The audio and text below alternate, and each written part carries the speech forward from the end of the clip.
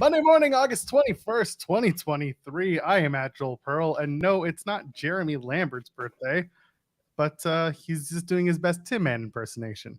It's the ground's birthday, Joel. It literally says that in my headline. Happy birthday to the ground. I'm wearing my hat to celebrate the ground's birthday. So happy birthday to the ground. This is a reference to Friday's show, everybody, where we talked about Lonely Island for a second. And now I've brought this bit around to Monday because I'm a lyrical genius. And I am just here to say I'm not a part of your system. Fair. And also, my dad's not a cell phone. That song rules so much, so much. I'll just throw that on and just jam out to it in the car, and then anytime I want to throw stuff on the ground, just reference that song. Don't want to be. Can I say the tasing part within the first 5 minutes, or is that going to get us demonetized? I don't remember the tasing part. Tasing on the hole, Joel. Oh, on the butthole? You're fine. Yeah. Can you say butthole in the first? Well, we just did. We're going to find out. Well, let's address. I got to take this off. It doesn't fit well with my headphones here. That's fair. Let's address the big news coming out of Collision that I can't say this word. Eaten buttholes. My guys, the Iron Savages and Jack Jameson Ryan going, they're talking about the guns. The guns they're referred to something else. This is a conversation. We got to kill time for 5 minutes so I can start talking about these words. And otherwise I'm going to get us demonetized. So we got 3 minutes to kill. Hold on. You got three. You're like, I got 3 minutes to kill. I'm like, we got 2 hours to kill. We got to figure out how to do that.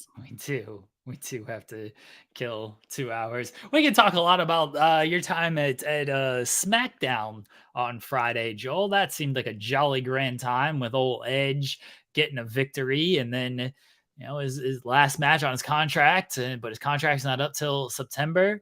Talk about that. I don't remember what else happened on SmackDown. What else happened on SmackDown, Joel? They had the tag match between Bianca and Charlotte. Right, yeah. And they took on Bayley and Io Sky. That's right. And then Bayley and Io attacked Bianca after the match and maybe wrote her off television for a little bit. So she's going to come back in a 3-piece suit aligned with Bobby Lashley and the Street Profits. That'd be sweet, honestly. I don't hate it. I was saying that at SummerSlam. I was like, they'll write her off for 2 weeks. She'll come back in a really, really nice suit that she made. For it. Paul Heyman was there. The Uso is going to be back next week. Not the one who quit. The other one, Jimmy. Jimmy will be back next week. He was at Impact and he got photoshopped, or he didn't, but Jay and Solo got photoshopped out. Attaboy. I respect that by Trinity, keeping kayfabe alive. I told you Jay's got to show up at Impact and be like, your husband's being an Edge, and tell him to knock it off. That's a good save with 1:10 until you can really say words. I know. Yeah, well, we're going to talk about a lot of things. Ella J is scheduled to join us. Is she still for 10:15 or 10:30? 10:15. She messaged me. She said everything was still good. I said yes. I sent her the link. Wonderful. So as far as I know, and this was 4 minutes ago. So unless things have changed in 4 minutes, she should be here in about 10 minutes. Boom, internet's out. Who knows? She's going to be joining us in a couple of minutes because she attended the New Japan All-Star Junior Festival and Impact and New Japan Multiverse 2 United in Philadelphia this past weekend. So we'll have a nice long chat about that because those shows were very fun. I got a chance to roll back and watch a little bit of that as well. But Ella was, of course, there live, so she'll have a lot of experiential things to say, and I'm looking forward to that. But yeah, SmackDown overall, it was a good show. It was a packed house. Like it was, if it wasn't a legitimate sellout, it was extremely close to it. I will say that to the point where we were sitting one section over from the hard camera. And that's normally where we'll end up sitting, like it's where WWE sits us, or it's where if you buy eating ass, Joel. Let's talk about eating ass. We're past the 5-minute mark. I'm so tired. Why are we doing this today? My guys, the Iron Savages and Jack Jameson Ryan taking on the Guns the Guns and Juice Robinson and the Iron Savage is like the ass, and he goes, like that's what he likes to do. He's gonna come everywhere. That's what he said. These dudes are the best. Shout out to the Iron Savages and Jack Jameson Ryan, who we spoke to. Unfortunately, we talked to Jack Jameson on the spotlight last week before they were going to start eating the ass this week. Now we got to get him. We got to get my guy Jack Jameson back on this show or spotlight or something to talk about eating ass. That's what we got to discuss. That's what the people want to talk about. Why are they mad at me in the chat? I'm getting messages from the wife of like, what is happening? All I hear is echoing through the house, eating ass, echoing. They do this. Ella J is here. They do this. I was about to say it's the worst possible thing to introduce her, but I'm gonna not do it. They do this on national television. Everybody's like, this is hilarious. This is the greatest thing ever. But I bring this up on a non-wrestling show, by the way. I bring this up on FMC because the MILF Manor, they talk about the eating ass of well, and everybody's mad at me. Everyone's like, Jeremy, no, you can't talk about that. What is happening? But they go, on AEW Collision, and everyone's like, this is great. This is awesome. Ha ha ha. The Iron Savages are my favorite. They maximize their television time. But God forbid I mention this on a wrestling show or a non-wrestling show. Double standards, everybody. Double standards. Just because the Iron Savages, clearly, they sip in the savage sauce, baby. Jack Jameson, I hear you. They sip in the savage sauce just because they're eating everything and they're big bulking boys, and I don't eat anything, clearly. Look at me. But I want to talk about the eating of the ass. There's the double standard here. That's all I'm saying. That's all I'm saying. Are you trying to say the savage sauce is butt juice? I mean, we could ask Jameson. He says you got to sip the savage sauce. You can't gulp it. You can't just down it, shotgun it, or anything. You can't do any of that. You got to sip it only. That's what he told us. Ella's just sitting in the back, just absolutely questioning all of her life choices right now. I'm just watching and loving every minute of this. By the way, since you're here, leave a thumbs up on the video. After that, you probably should, because that was a rant or a tirade, or I don't know what that was, but it was tirade, rant. No, this is a plea. A plea. Let Jeremy talk about eating ass. That's the plea here. I'm looking at our private chat too. It's great. And also go ahead and subscribe to us here at Fightful Overbooked. We're going places, especially as we continue to talk about what we're talking about. All right. Women and men, find you a man or a woman who is as enthusiastic as I am about ass eating. All right. You know her from SE Scoops, WrestleZone, Wrestling Inc., in a lot of places. I don't know if you know her for the thing we were just talking about. Probably not. She's begging off. No. Oh, God.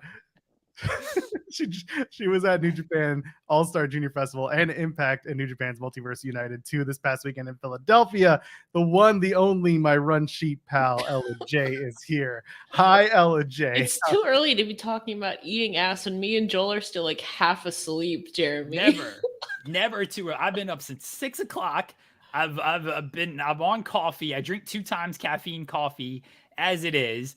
No, it's never too early to discuss the important things of life. I mean, there could be worse things, I suppose. How are you, Ella? How was your weekend in Philadelphia? It's been great, but I'm also tired because we were out singing karaoke last night, so it's been fun. Karaoke? What was it? This is the real scoops here. Yeah. What was your karaoke songs? I sang "If I Ain't Got You" by Alicia Keys, and then I was also out with a couple of our other friends, and we got the whole bar to sing "Metalingus" by Alter Bridge. It was awesome. That sounds like a good time. I mean, terrible song, but sounds like a good time. No, great song. I will not take that disrespect here, Jeremy. What did Kate sing? Kate was not there. I was there with Alex. I was our Kate, my Kate. She says hi, by the way. We were making fun of you yesterday. What? I know. I was there with Alex, Queen of the Ring. Samira was also there, and a couple of other people.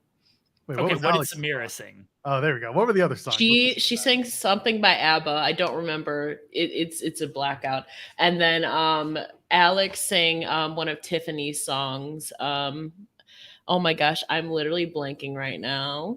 Wait, Tiffany has like one song. Yeah, that it's that one. Now I got to look it up because I know that I think we're alone now. I think we're alone right now. Yeah, that's the one. Yeah. There doesn't seem to be anyone around. Anyway, that sounds like a fun time. Yeah. Next time I'm with y'all, I'm gonna go not sing karaoke, but I'll video it all and just. That's fine. You can just sit there and drink and dance. That's fine. That's fine. We'll do that. So it sounds like you had a good weekend in Philly. Are you still there? Yes, I'm here till tomorrow. My goodness, tomorrow? What the hell's going on today? Get to chill out. It's not often I get to go on a wrestling trip and actually have a day to chill out. So, my goodness, lucky you. And I don't know what's that like. Let's talk. I know, right? Let's talk about it. So you were you're in Philly. You were at the New Japan shows and the Impact show last night with New Japan. So I was actually only at Multiverse. I was not at New Japan on Saturday. Wow, Joel. We're done. I did tell Jeremy that ahead of time. So. And Jeremy didn't tell me. He literally just said Ella J at 10:15 on Monday. I know Mike Bailey won the whole thing. So. My God. I mean, as he should. Yeah. But all right, fine. We're gonna move to Multiverse. Go ahead, Jeremy, since you know everything. What stood out to you at Multiverse? Very hard hitting questions here. What's the hard hitting questions? What stood out to you at Multiverse? Oh, what was stood out? thing? Obviously, like Julia there was oh my gosh, that women's match. It was a weird placement on the card, like third. It was a little weird. But that was so amazing. Julia was so over with the crowd. The little girl, I don't know if you guys saw it during her entrance. We started a battling virtuosa and Julia chants. We started a women's wrestling chants. That match was honestly so good. And then I saw videos going around that there was a 4 Horsewomen tribute, which I didn't even notice, but that was a fun spot. Giselle and Deanna's Spanish Fly was good. It was cool because I don't really get to see New Japan. I'm not really one who will really go out of my way to watch New Japan, so it's kind of cool to be immersed into something that I don't watch a lot. And it was kind of not eye-opening, but like definitely really exciting to see. I saw that Giselle got herself real beat up in that match too. Yeah, I was talking to her after the show. She got her busted lip. She had her boob got messed up. Her arm got messed up. Yeah, that was a real battle. That was really cool. Momo Kogo was really over too with the crowd. It was such a fun match, that one for sure. I think that was what everybody was kind of looking forward to on the show the most, maybe outside of Alex Shelley, Hiroshi Tanahashi, since that was the main event. But regardless, like Julia coming to America and having her first match here, and I mean, you could just see it from the entrance alone, like the star presence she has. And then I thought that was the best match on the show, honestly. And the Horsewomen tribute that Ella was talking about, I didn't know it either, but of course, you know, wrestling fans are gonna gif everything and remember everything. It was the spear spot where Giselle hit the spear, was aiming for Deanna. Deanna moved, hit the spear on Julia, and then they did kind of a wheelbarrow. I forget the name of the move. Basically, the code breaker, wheelbarrow code breaker on Moma. Deanna hit the code breaker on her. So, but the 4 Horsemen women did that in their NXT 4-way. Yeah, I saw that clip this morning. I didn't even put 2 and 2 together. I just thought there was a lot of cool spots in that match. Then obviously Julia retaining. I hope we get Julia and Deanna one-on-one sometime. I think Deanna definitely excels through the forbidden. I mean, she excels in general, but especially through the forbidden door. That I think that was definitely match of the night for me. Yeah, I'm wondering now because Julia's got some. She's got some time to kill here in the U.S. And Deanna has a big match on Sunday next week. So we'll see what comes out of that, and if Julia makes another Impact appearance, or if one of them go over to a New Japan show, because it's October for Las Vegas, isn't it, Jeremy?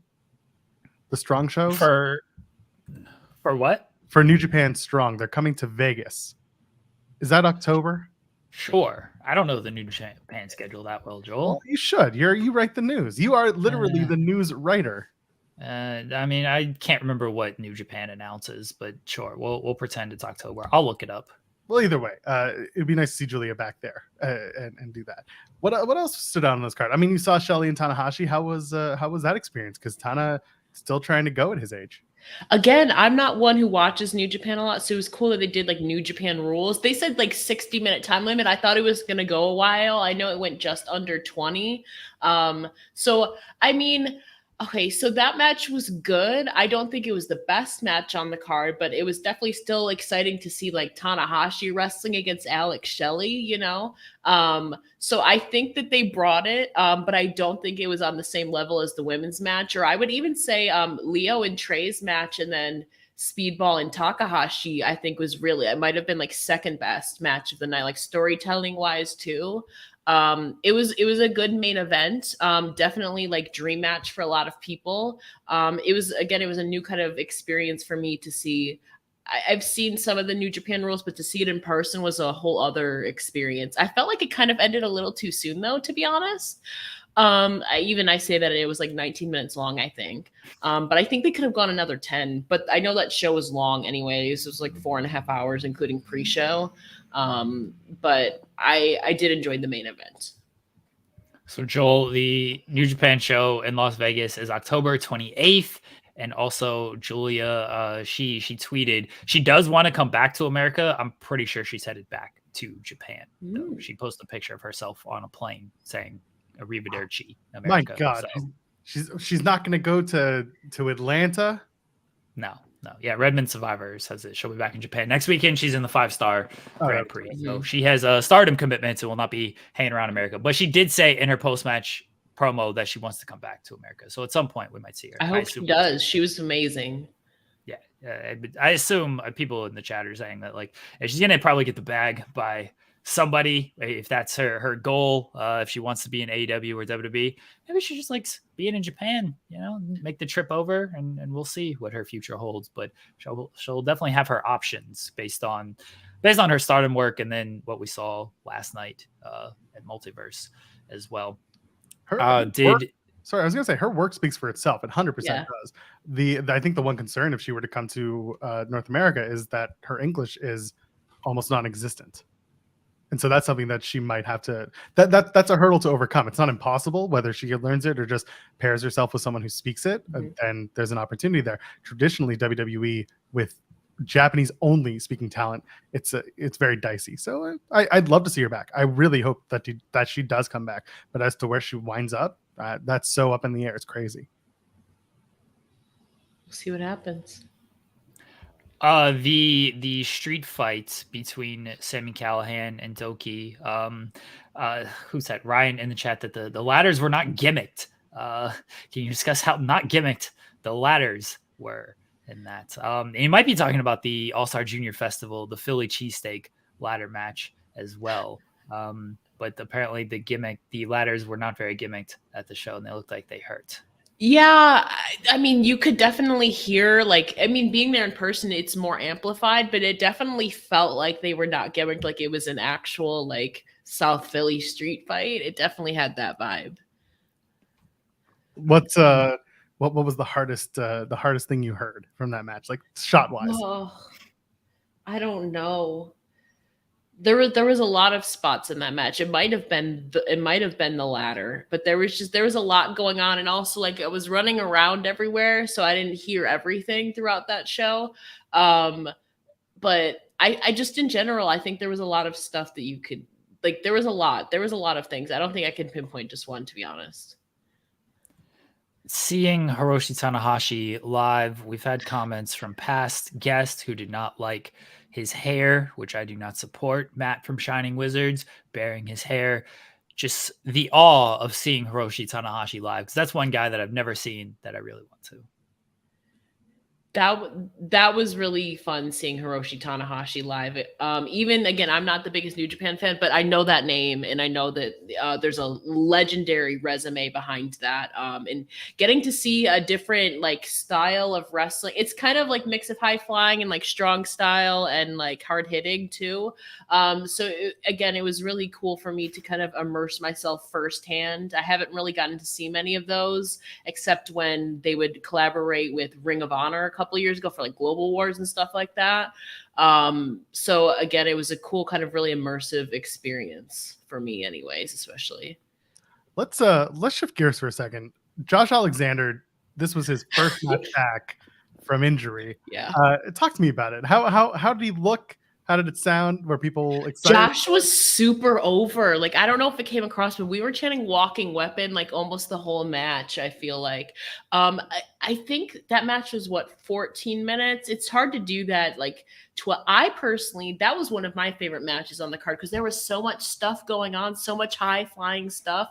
But like Josh being back, I feel like that's a good way to slowly ease him back in where he doesn't have to wrestle them the whole match. You know, he can do a few spots. Josh was super over.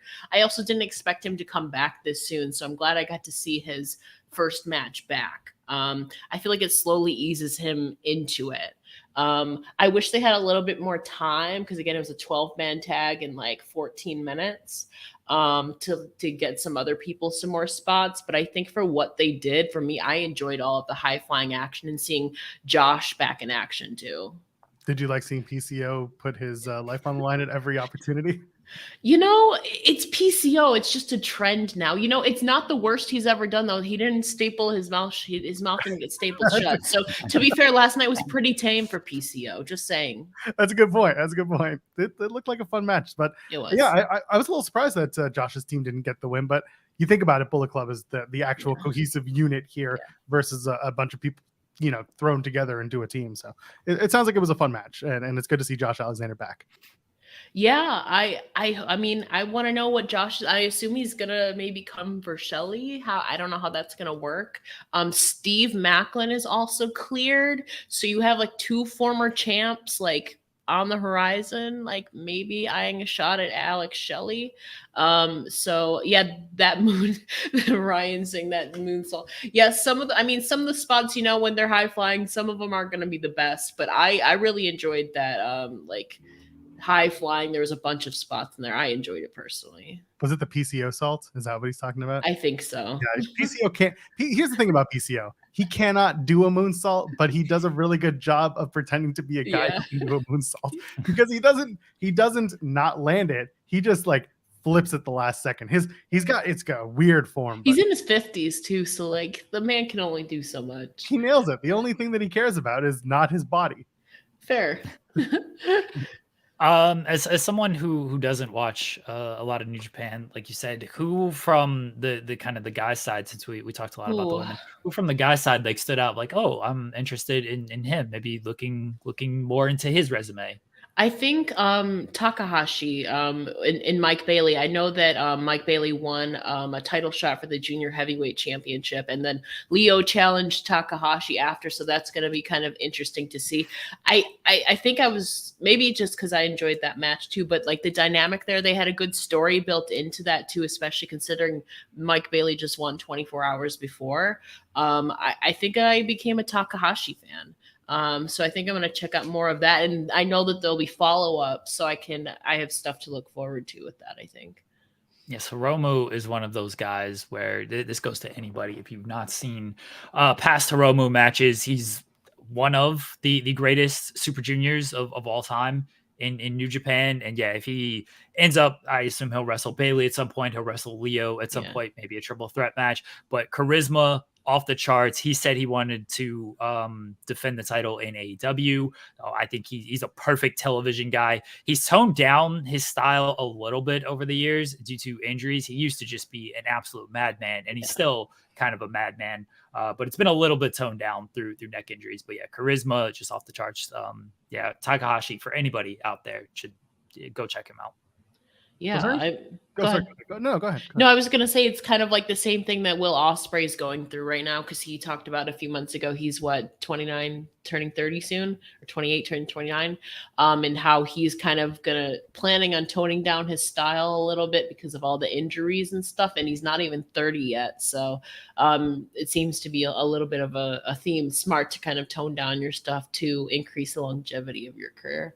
Hiromu had really bad neck injury many years ago. At this point, it feels like a few years ago, but it was against Dragon Lee, and it was a power bomb and like toss him backwards, and it landed right on his neck and put him out of action for a while off of that. But yeah, go back. There's a couple of classic matches between Hiromu and Dragon Lee that are really good. If anybody wants to go back and watch those. Was there anything at the show that like stood out to you as something you didn't expect to see, or that like just kind of took you by surprise being there live versus maybe watching on TV? I don't know if it was by surprise, but I thought it was really cool how they had my good friend Alyssa Marina was doing like ring announcing for the American, and then they had the Japanese ring announcing. That for me, again, I don't hear that a lot, so that was really cool to hear like side by side for the Impact people, and then the Japanese stars getting their introductions kind of side by side depending on the match. So I think that for me was cool to hear live. I've seen it on like live streams and stuff, but it was like a cool experience because that's like what they're used to in their language. So I think that for me was also cool to see kind of something really smaller, but for me it was like cool to hear live. I think kind of that not new language, but I don't hear it at the shows that I go to. You have to go on the West Coast for those New Japan shows. Yeah. I live on the East Coast, which is like 3,000 miles away, unfortunately. You gotta make the flight now. Yeah.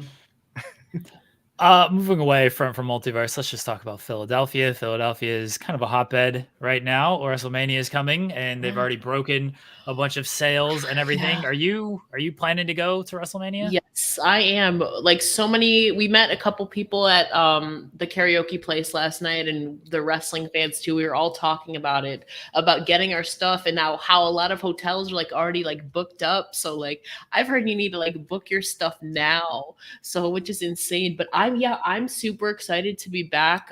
Today's really my day. I get to explore some stuff after this. So I'm going to see what's around here. And it seems like things are a lot closer together compared to what I heard about California, LA. So I know a lot of people have been telling me that like it's going to be a much easier commute in between things. So I'm excited to be back. I'm planning to be there in April. It's an easy 45-minute flight for me. So I don't see why I wouldn't go. Yeah, it sounds like it's going to be a really, really fun time, especially like you said, things are a little bit closer together. Yeah. Hopefully, for anyone who's running events non-WWE related, or even the WWE stuff that's not running at the stadium, it'll be easier to get to versus like a long commute, stuck in traffic, LA, or even outside of LA. It's a different experience for sure. It's like yeah, go ahead. 2300 was really cool. I didn't get to go into the Ben's bathroom to see that, but just being in 2300 and knowing that history was also that was also my first time ever there. So that was another really cool, like, oh my gosh, I'm like here at the 2300 arena. I'm not from around here, but for me that was like kind of a big deal. So that was another kind of cool layer to this trip too. That's where everyone's going to run Mania weekend. Yeah, that's what I'm thinking. 2300 arena is wrestling all day. What do you have planned for today in Philadelphia? And are you going to get a cheesesteak, or have you had a cheesesteak? I have not yet. I'm thinking we might go to the Rocky Steps. I have an interview later on today, so I have to come back and do that. Can you tell us who? The Inspiration. So that sounds fun. Nice. So that'll be fun. Even when I'm not working, I'm working, but it's fun. Today we're going to hang out. We met some people at the karaoke bar last night that have a restaurant. So we're going to go have happy hour there and then watch Raw tonight there. We don't really have concrete plans though, but I definitely want to go to the Rocky Steps. Giselle Shaw told me I have to go there. So I'm going to go there. Yeah. Everyone took photos there. It's gotta be place. Yeah, so the rest were just kind of up in the air, just going to be kind of spontaneous today. Don't really have concrete plans, to be honest. Well, you have to have a cheesesteak. I will. And then based on your other food reviews, I assume you're not going to like it. But Oh we my need a God. Ella J reviews a Philly cheesesteak on some type of content, whether you just post it on Twitter or you do an actual video. This is the content we need. I haven't had an authentic Philly cheesesteak. I've had one at home, but it wasn't the authentic kind. I did like the one at home, but I haven't had the authentic ones yet. All right, got to get the authentic one. Get all the onions and the peppers and. Oh, I all don't do that stuff on peppers. it. I can't. I don't do spice. Joel can vouch this. I don't do spice. I That's can't. true. Just remember, it's either Pat's or Geno's, and you can't pick one or the other. You gotta pick one. Okay. You gotta stand by it. What do you prefer? Yeah, I don't know. The one you go to is the one I will not prefer. Of course. Because I assume you're Ryan not says neither.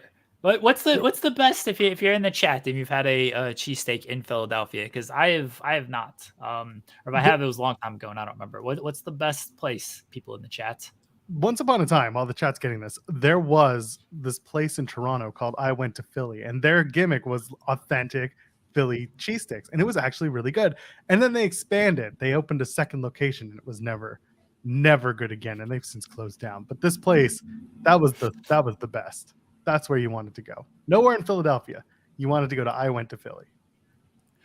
Louise says go to Subway, which rolls. Get a cheesesteak at Subway. I mean, you can.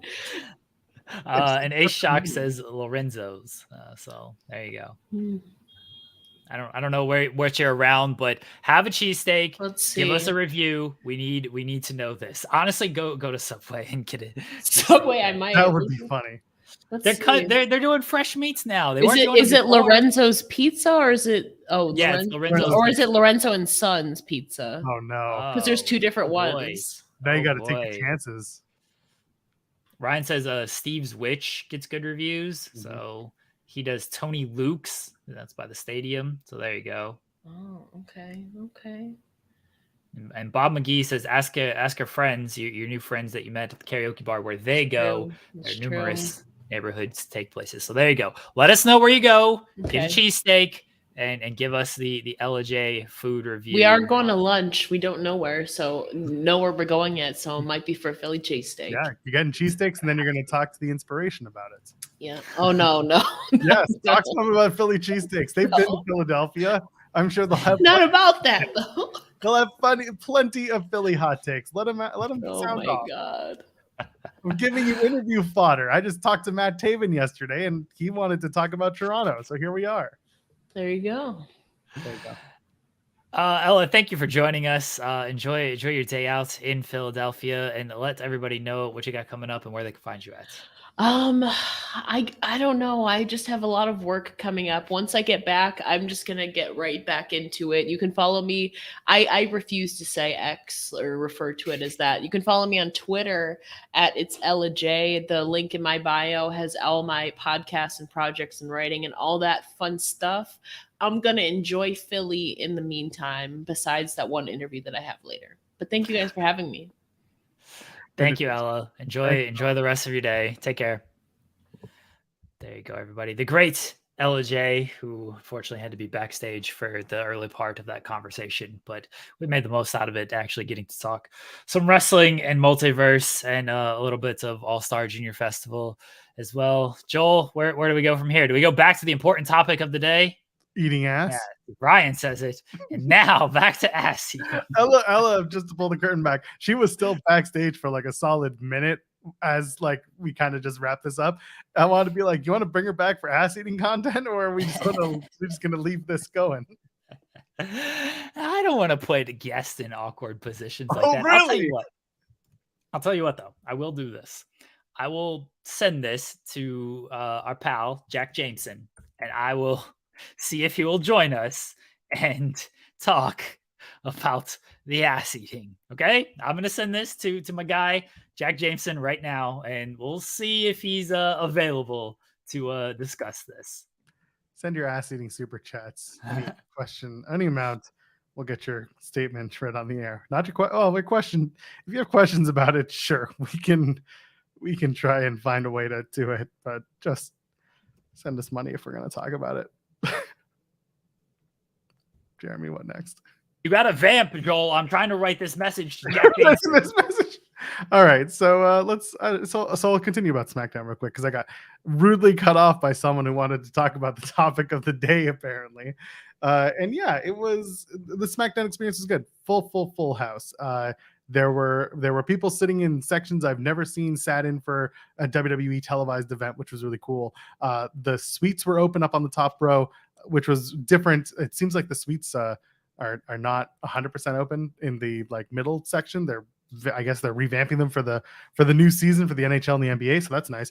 But yeah, the show was good. Opened up with the Grayson Waller effect, which was entertaining because LA Knight was super duper over. People were so jacked to see him. Promo was fine. The match with Austin Theory was kind of as expected. The loss wasn't. The loss was the right call in terms of the audience reaction. I don't like that they're going to now put the LA Knights behind the 8 ball for everything. They're going to keep doing that to him. I don't like that if that's where they're going. But the reaction of the crowd was good. You got to go through adversity. Right. That's what they did to Bianca Belair too. They're the adversity of her bad knee. They got to work over her bad adversarial knee. So either way, match with Austin Theory was the match itself was good. Again, Theory knows how to wrestle, so it was a good match. It was just the outcome was. It took the wind out of the sails of people, but I think it did the right thing to start. It's probably going to be a triple threat to do that. It's going to be Theory, LA Knight, and Rey Mysterio at one point, maybe as early as Payback. And I'm sure Austin Theory does eat the food of the day.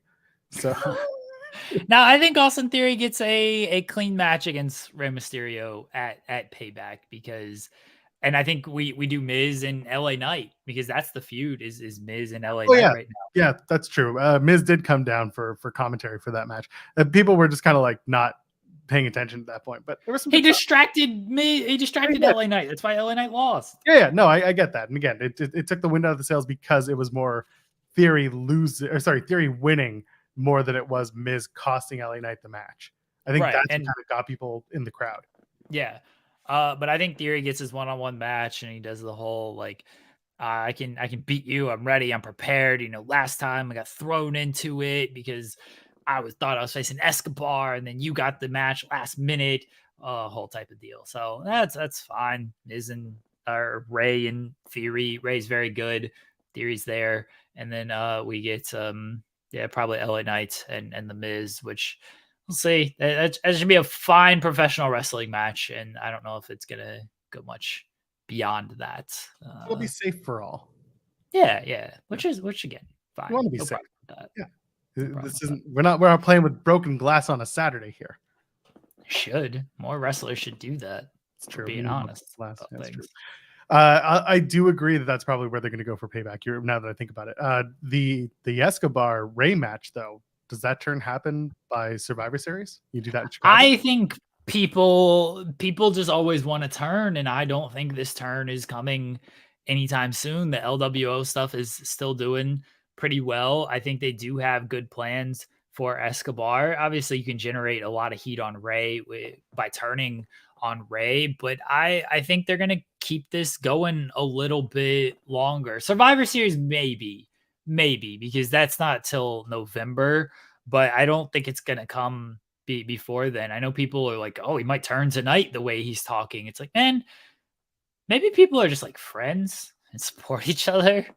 Like, is that, I know that's a weird concept in wrestling, but Santos Escobar is just happy for his friend, and maybe Escobar wants like a singles match, and that finally happens, and they do a singles match, and Ray wins or Escobar wins or whatever. But then they're still friends afterwards. Like, there's nothing wrong with that either. Like, there doesn't have to be a turn.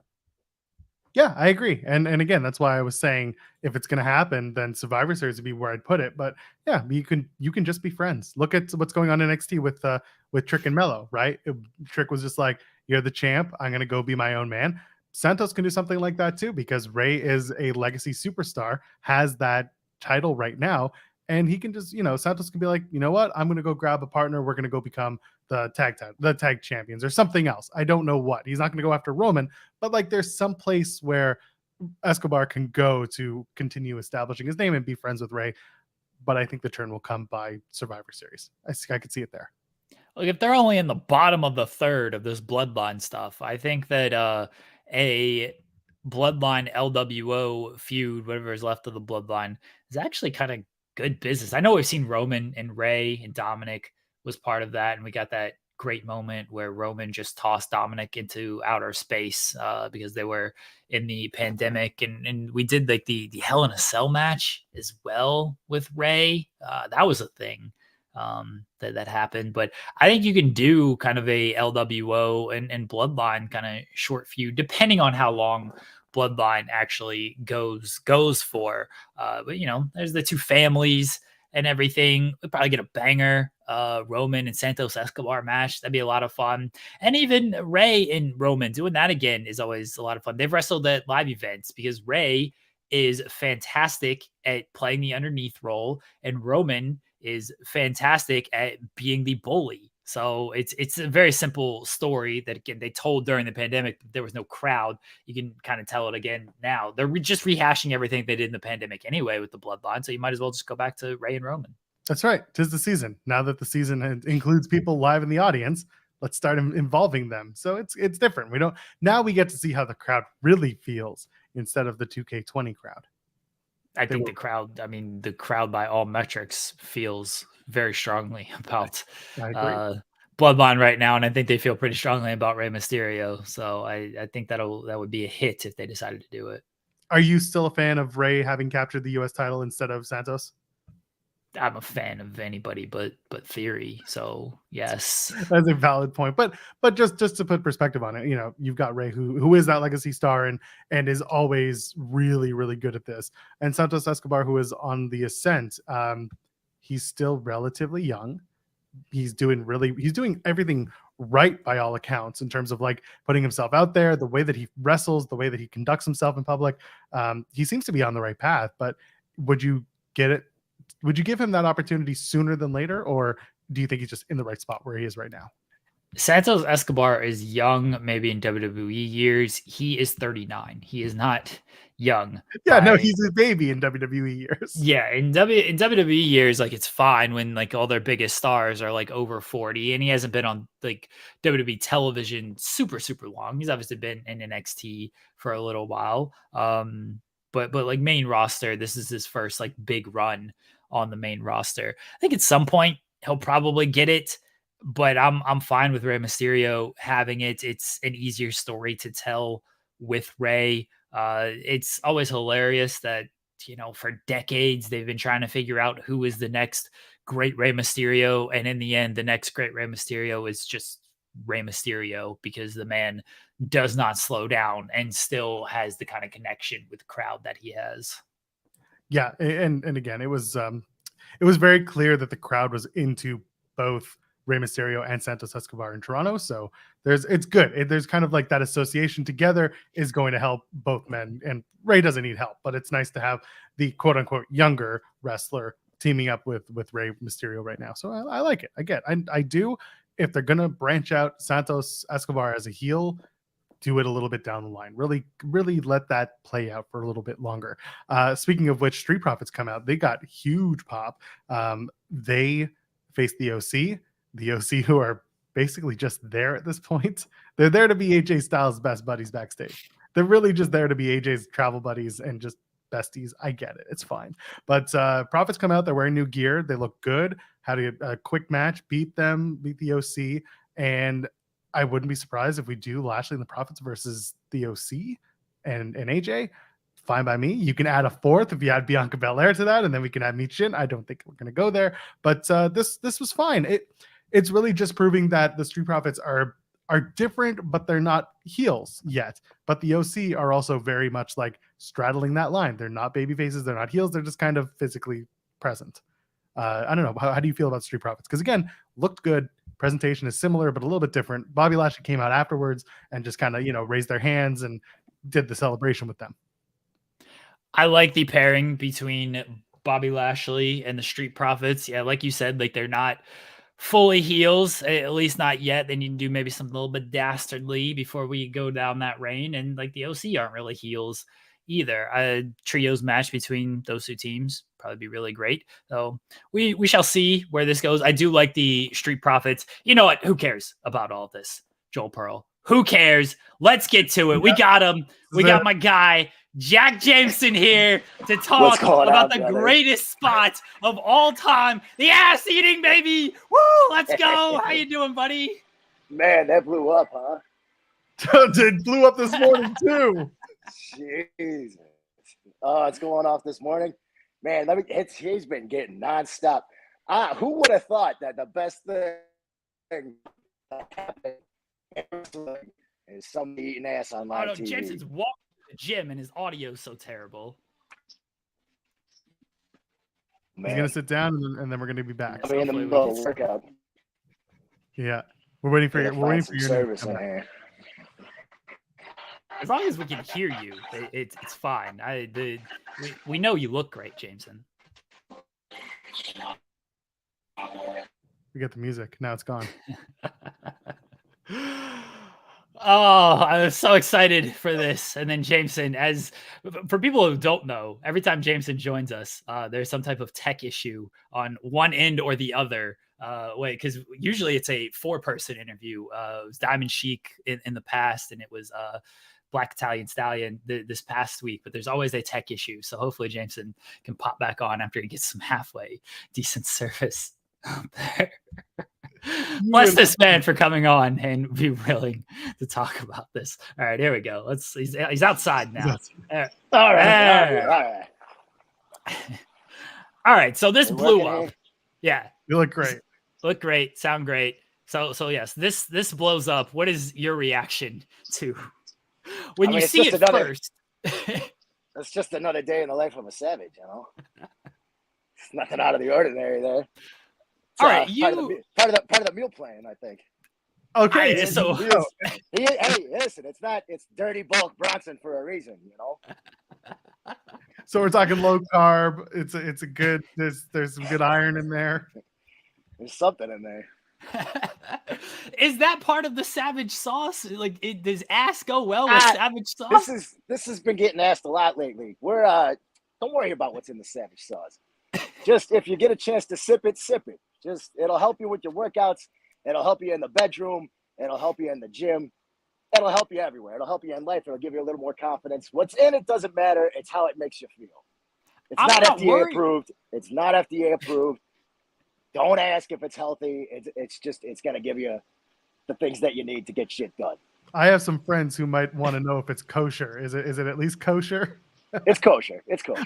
Okay. That gets some stuff out of the what it could or couldn't be. So that's good. It's also actually vegan. We're not. It's all inclusive. It's all inclusive. Everybody can drink it. My God, I'm a big fan. I'm not worried. That's how you maximize profits. It's about business first. That's right. I'm not worried about what's in it, Jameson. I want to know what to pair it with, like a fine wine, right? You pair a fine wine with this kind of steak. Do you pair the savage sauce with ass? This is all I'm asking. I mean, I don't. But I'm not a dirty bulker. I eat pretty clean. We all have our roles to play, and that happens to be Bronson's role. That's fair. I mean, look at you. You're a very good shaped guy. You got to be. It is jacked Jameson for a reason. It's not Jack Jameson, which seems to be an issue. It's not Jet Jameson, which I've heard a few times. I don't know where you get Jet from. I'm not very fast.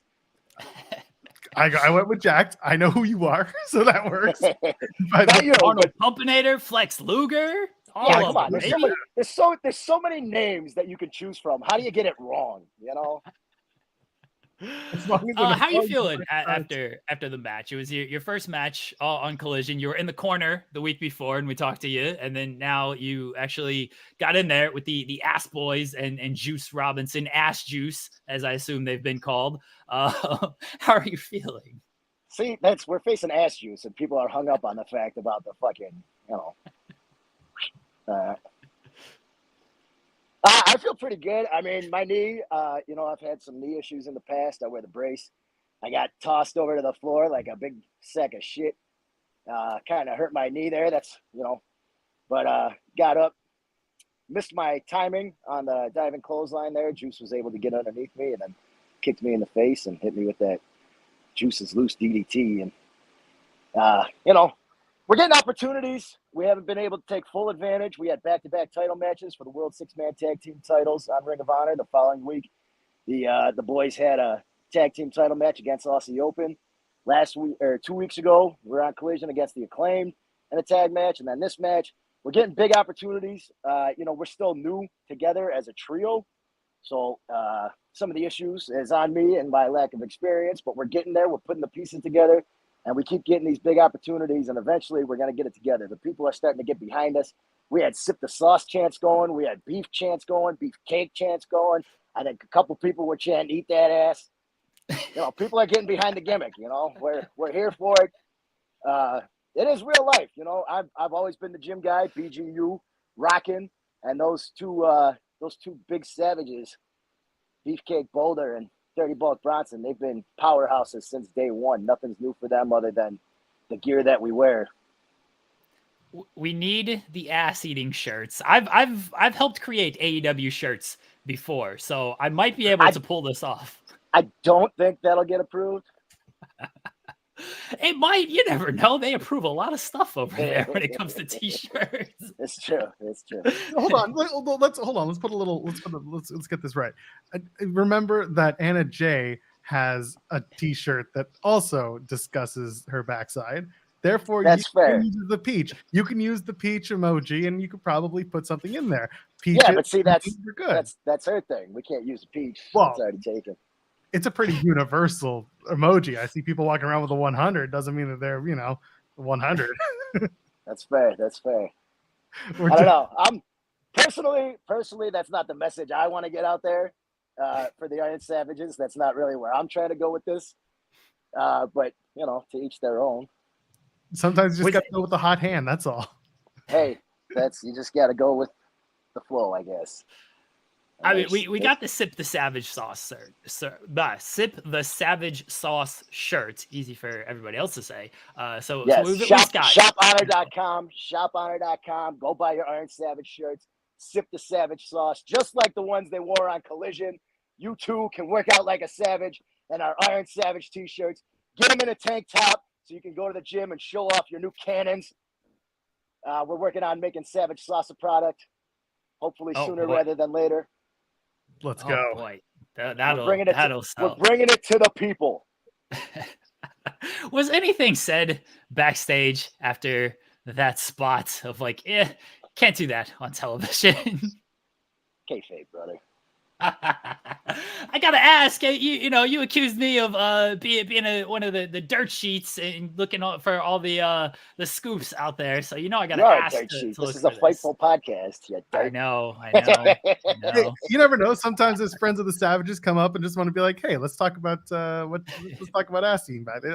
Someone could walk out and be like, "I didn't know you were into this." There are a lot of people. We keep saying people reposting clips of him shouting, and there's a lot of people saying he's me.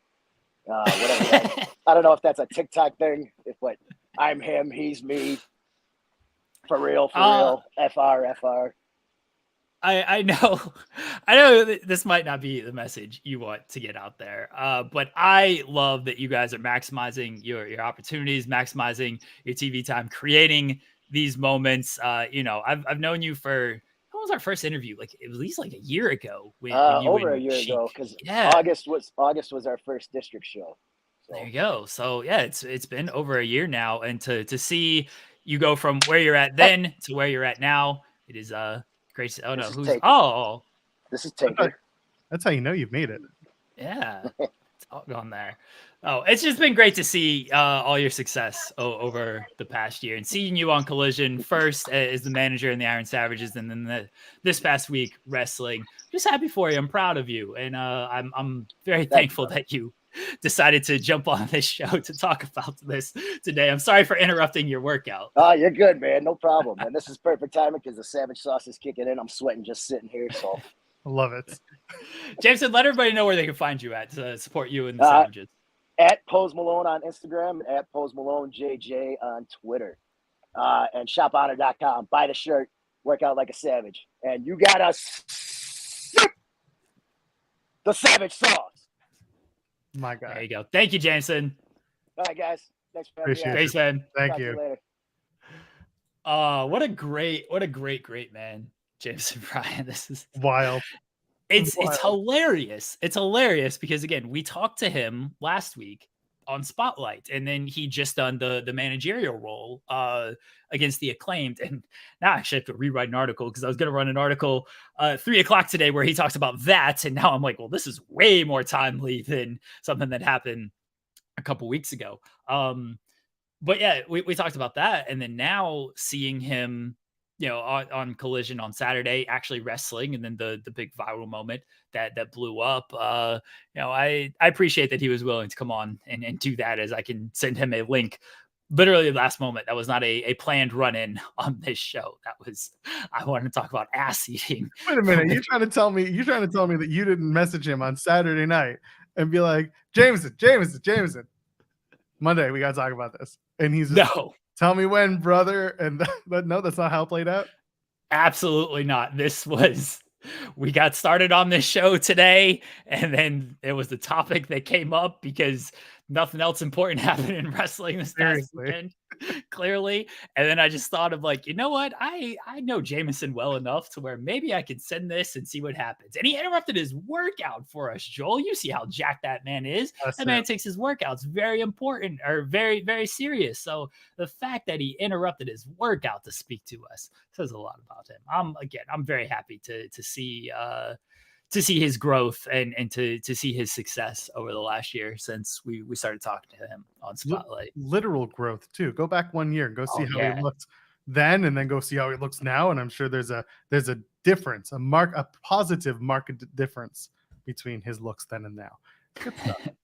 And Louis sends a chat, super chat saying, "Justified, this is awesome chat." Thank you. That is perfect. If you want to get your super chat in, go ahead. Any questions, any amount, get your question statement read on the air. We appreciate y'all. Oh my goodness. Let's shift back for a sec. Let's talk Edge and Sheamus. Okay. The match itself was fantastic. It was fun. Honestly, one of Edge's best matches since he came back. And I know that since he came back in 2020, a lot of his matches have been either long or plotting or just riddled with issues or pandemic, fighting. But this was great. This was a 25-minute main event. My buddy had messaged me, who's not a wrestling fan and was thinking of coming anyway because he was visiting, and he's like, "What's going to be the rundown tonight?" And I was like, I know that Edge and Sheamus is probably going to be a 25-minute main event. So when they got there at 9:30, I was like, perfect. This is exactly what they're going to do. They've got enough time. It's a good TV main event. Crowd was super hot, especially for Edge's entrance. He came out wearing the blue and the white, the Maple Leafs colors. When they did Raw back in October, he came out in the white and red because it was Raw colors and it was also still Canada. So this was his opportunity to be more, for his favorite hockey team. And it was good. It was just a fun match. Sheamus hits hard. Edge hits hard.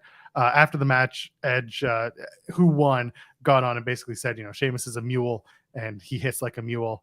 And it was a really, really, really solid match. Beth Phoenix was there with her family. Ron Hutchinson was there, his trainer. The kids were there. So this, I do want to point this out.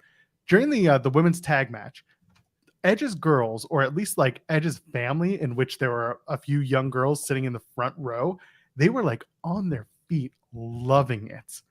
And it was so wholesome because after the match, Bianca and Charlotte like blew them kisses and was just like playing to them because they were having such a good time and they were just on their seats cheering and yelling. It was really nice to see. There were a lot of kids there on Friday night, and I think it was a really fun match for Edge and Sheamus, a really fun night altogether. But no surprise, Edge wins and then cut a very emotional dark match promo. It was all about Edge. Was really the whole point of Friday night. Everything else that happened was essentially inconsequential, and it was all about Edge and whether or not this is his last match in WWE or if he's going to re-sign. We don't know. Like you said, he's still contracted till the end of September. He said the next morning in an interview. So the opportunity is there, but also Fightful Select reported that talking to AEW talent, there's a belief that he could end up in AEW, but he won't have the name Edge, and he probably wouldn't take on Sexton Hardcastle because that's a little too on the nose.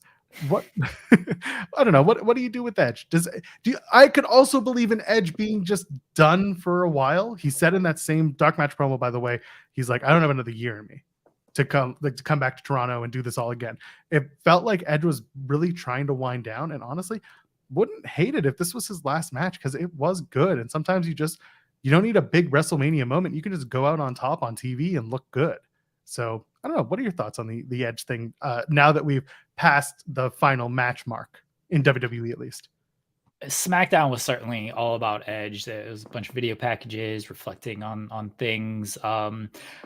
Some of it was I believe like documentary past kind of interview stuff, and then there were other parts what was sent in a little. I understand why maybe it couldn't happen, but it would have been nice if we got some updated Christian comments on things. And I understand he's with AEW at the same time. Jericho and Danielson sent in stuff for Cena, so it's not like it's out of the realm of possibility that Christian could send something in for Edge.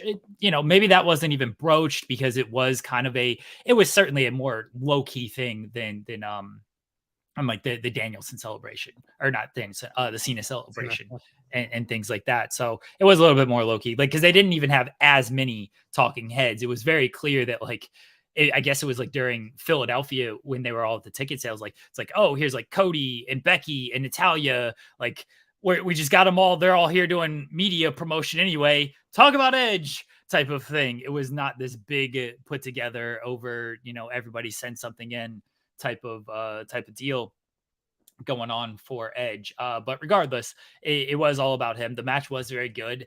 Honestly, maybe my favorite Edge match since his return outside of Rollins, Hell in a Cell. Like that match I really enjoyed. I think people know I'm not the biggest Edge fan. It's not, it's a little jokey of how far I take the hatred with the with the little bitch type of thing that was born because he was being on television a little bitch leading up to WrestleMania with Danielson and Roman Reigns. So it's jokey in that sense. But I truly don't have anything against him as a performer or a person.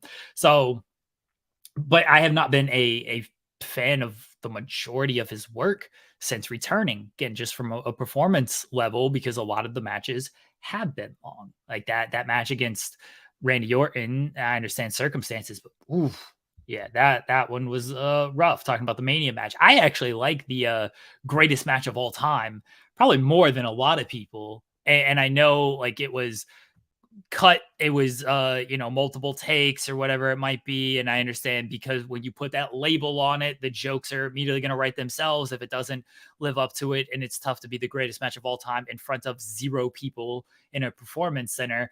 But if you just look at that match as a match, I actually think it's really good. So I maybe encourage people to even go back and watch it. The stuff with Seth was really good.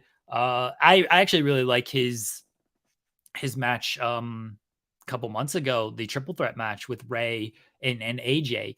And there's been, some disappointing stuff as well. I didn't think a lot of the Balor stuff was all that great. That didn't hit too well with me. And then, he worked with Dominic, and those matches happened. I like the Mania triple threat. So it's been a little hit and miss is what I'm trying to say. As far as this final match, yeah, I really enjoyed the match. Him winning is not a surprise, but I do think because of kind of how old school Edge is, I thought maybe he would lose in that, if this is really it for him, maybe he goes out. Usually you want to put someone over a little bit younger and you're trying to build and everything. Here's the issue with that. WWE didn't do a great job following up on that kind of stuff. So you're almost better off just putting up an established guy like Sheamus, where it's all right, Sheamus is made, he's good. You don't really you're not expecting this big follow-up of oh, Sheamus is this big neck superstar here. Nah, Sheamus has his role. He's very good at that. Let's say he put over Grayson Waller, and I do think the future is very bright for Grayson Waller, but you beat Edge's final match type of thing. You're oh, Grayson Waller, he needs the rocket strapped to him now. WWE don't strap the rocket like that. So it would have honestly made more sense if he did just lose to Sheamus. It's okay, yeah, Sheamus, final match, loss. I can understand that. My personal take on what I think happens next for Edge is he does take time off. His contract's not up till September, so I guess we can throw the all-in theories out the window. He takes time off, and I think things kind of get reevaluated in January. And that's obviously Rumble season, and we'll see how he's feeling as a potential surprise entrant as the Rumble, because it's easy to step away during these quote unquote dead months when there ain't a whole lot going on from SummerSlam to Raw. I know there's Survivor Series, but that's kind of the lowest on the list at this point. So ain't a whole lot going on. Once you get into Rumble Mania season, that's when that itch kind of returns, and it's like, oh, okay, I can make a cameo in the Rumble. I can get that big Mania payday. Let's see where things go from here. So I think he's at least done until January. And maybe when January rolls around, he says to himself, like, you know what? I'm good. I don't need to do anything right now. But I think the next we kind of hear from Edge is probably around January. So I'm inclined to agree. And there was something else you said that I also was thinking about, was the idea that Edge is quite old school, in that in the old school, you lay down in your last match for somebody, you make that person. And a few weeks ago, if we had run this match back, it could have been Grayson Waller. You could have had the You Swam kid, and then a couple of weeks, even if they waited a couple months, but obviously time and circumstance, that plays a role. You could have had Grayson Waller be like, I can swim. Give me another shot. I'll swim, and have him beat Edge. And then that could have been it. Or they could have built to something bigger. Or maybe it'll be Waller and Edge at WrestleMania. They do a big spot in the Rumble, like you were talking about. Edge comes back in the Rumble, surprises everyone, and you can go back to Waller and just have the blow off there and build to something, that gets Waller over. Because remember, who was Edge? He was the ultimate opportunist when he was on his ascent. What do they want to make Grayson Waller into? They want to do basically the same thing, but in 2023. He hasn't won Money in the Bank or anything like that, but he's also still very fresh faced to the main roster. This is an opportunity to kind of be like, you were the guy. I want to be the guy that you became, but I got to start somewhere. I'm not saying the carbon copy is what the answer should be, but there should be certain things, certain parallels drawn between Waller and Edge. And I could see those two having a good end of Edge's, at least WWE career feud. Edge and AEW, I don't hate it, but I mean, what do you really do other than pair him with Christian in some way? Like, I know you could do all the matches and everything, but he can't be Edge legally. Like, his name can't be Edge. That's owned by WWE. Does he want to come in and become Adam whatever the hell? Like, does he want to be Adam Copeland? Does he want to become Adam Edge? Like, what does he want to restart is effectively what you do at that point. People may know the face, but like, at least Christian could be Christian Cage. He owned Christian, I think, or at least he owns Christian Cage. So that was an available name for him. I'm trying to think of other people who came into AEW with a change of name and have been granted a success. I mean, Swerve Strickland was not Swerve Strickland in NXT. I argue, though, that this is the thing. I'm thinking long term. Yeah. And I understand that. Yeah. So I was going to kind of point that out as well. Big Show became Paul White, but didn't really wrestle too much. He just had kind of one-off matches. Sting got to stay Sting. Chris Jericho got to stay Chris Jericho. I mean, Dean Ambrose became John Moxley. And he was also known as Moxley for a long time before going to WWE. And yeah, he made his biggest impact in terms of popularity as Dean Ambrose. But I think a lot of people knew the John Moxley name coming out of his exit from WWE. So that's the one thing. It's like Edge, Adam Copeland has just always been Edge because he's never moved. He's never left WWE and worked elsewhere. He's always been in the WWE system. So for him to show up and be someone completely different, that's a big, that's a big bet to make. And also, someone might come into the comments and be like, "Oh, what's in a name?" But this is a situation where there's a lot in name. And also you don't know how much time you have left to bump, because he already left once. He had a crazy few years and then had to retire and then spent almost 10 years out of action to come back and get this second career resurgence. And maybe he's just happy with that. And now he's ready to move on, just be, dad at home who makes a few appearances now and then to do commentary or cut a promo, put someone over on the microphone instead of in the ring. There's other options. Ashok mentions Saraya from Paige. Yeah, again, so she was Saraya before she was WWE, but certainly Paige was the name she made in WWE and got to change. Andrade just became Andrade El Idolo. He at least got to keep part of the kind of similar vein of Christian. Like Christian, he was Christian Cage in TNA, but at least he got to keep the Christian part of it. Edge, it's one word. Yeah. You can't keep Edge. So yeah, you got to kind of change kind of the whole thing there. I don't think, I'm not too caught up on that. I think you could do Adam Copeland, and I think it'll be fine. I'm sure you could say formerly known as Edge or whatever it might be. Jim Ross is certainly going to call him Edge. I'm sure even Excalibur and other people will probably call him Edge as well. Take away the name kind of stuff. I'm looking at sort of what is there for him in AEW. The Christian thing obviously makes a lot of sense. I think that's something both guys kind of want as well. He's very close with FTR, who helped train him for his comeback. I could see him wanting matches certainly a match against FTR. I could see him maybe even want another match against like the Hardys. I could see him maybe wanting another match against like Jericho, another or an actual match against the Young Bucks. But see, I wouldn't put him in the ring with those guys who work that kind of style because he's just older. That's a tough style to keep up with. Young Bucks and Kenny Omega. I know people are always like, oh, what about working with Kenny Omega? Like, I don't know if I'd have him in the ring with Kenny Omega. That's just, I don't want to see that. That's a tough one. But I could see him wanting to work some like those kind of dream matches. Whether or not they make it the offer big enough for him, that remains to be seen. When he talked about doing his comeback, he talked to AEW about it. And then it'd be once Vince kind of like, wait a second, you're thinking of coming back? No, we're not doing that. What do you want to do? Okay, you're doing it here type of thing. I think there is a loyalty to WWE in some sense because for a lot of reasons, really, the same loyalty that was, when you want to compare Edge and Christian, the same loyalty that Christian never had because they were on two different planes. Christian, first off, left for Impact. And when he came back, he became a bigger deal in WWE, but even then he was not treated as big of a deal as Edge. Edge has always been, he's been that Hall of Famer. He's been that guy who they've put on this pedestal. Like he multiple time world champion. Like he's just been a guy that they put in legend status that they never put Christian in.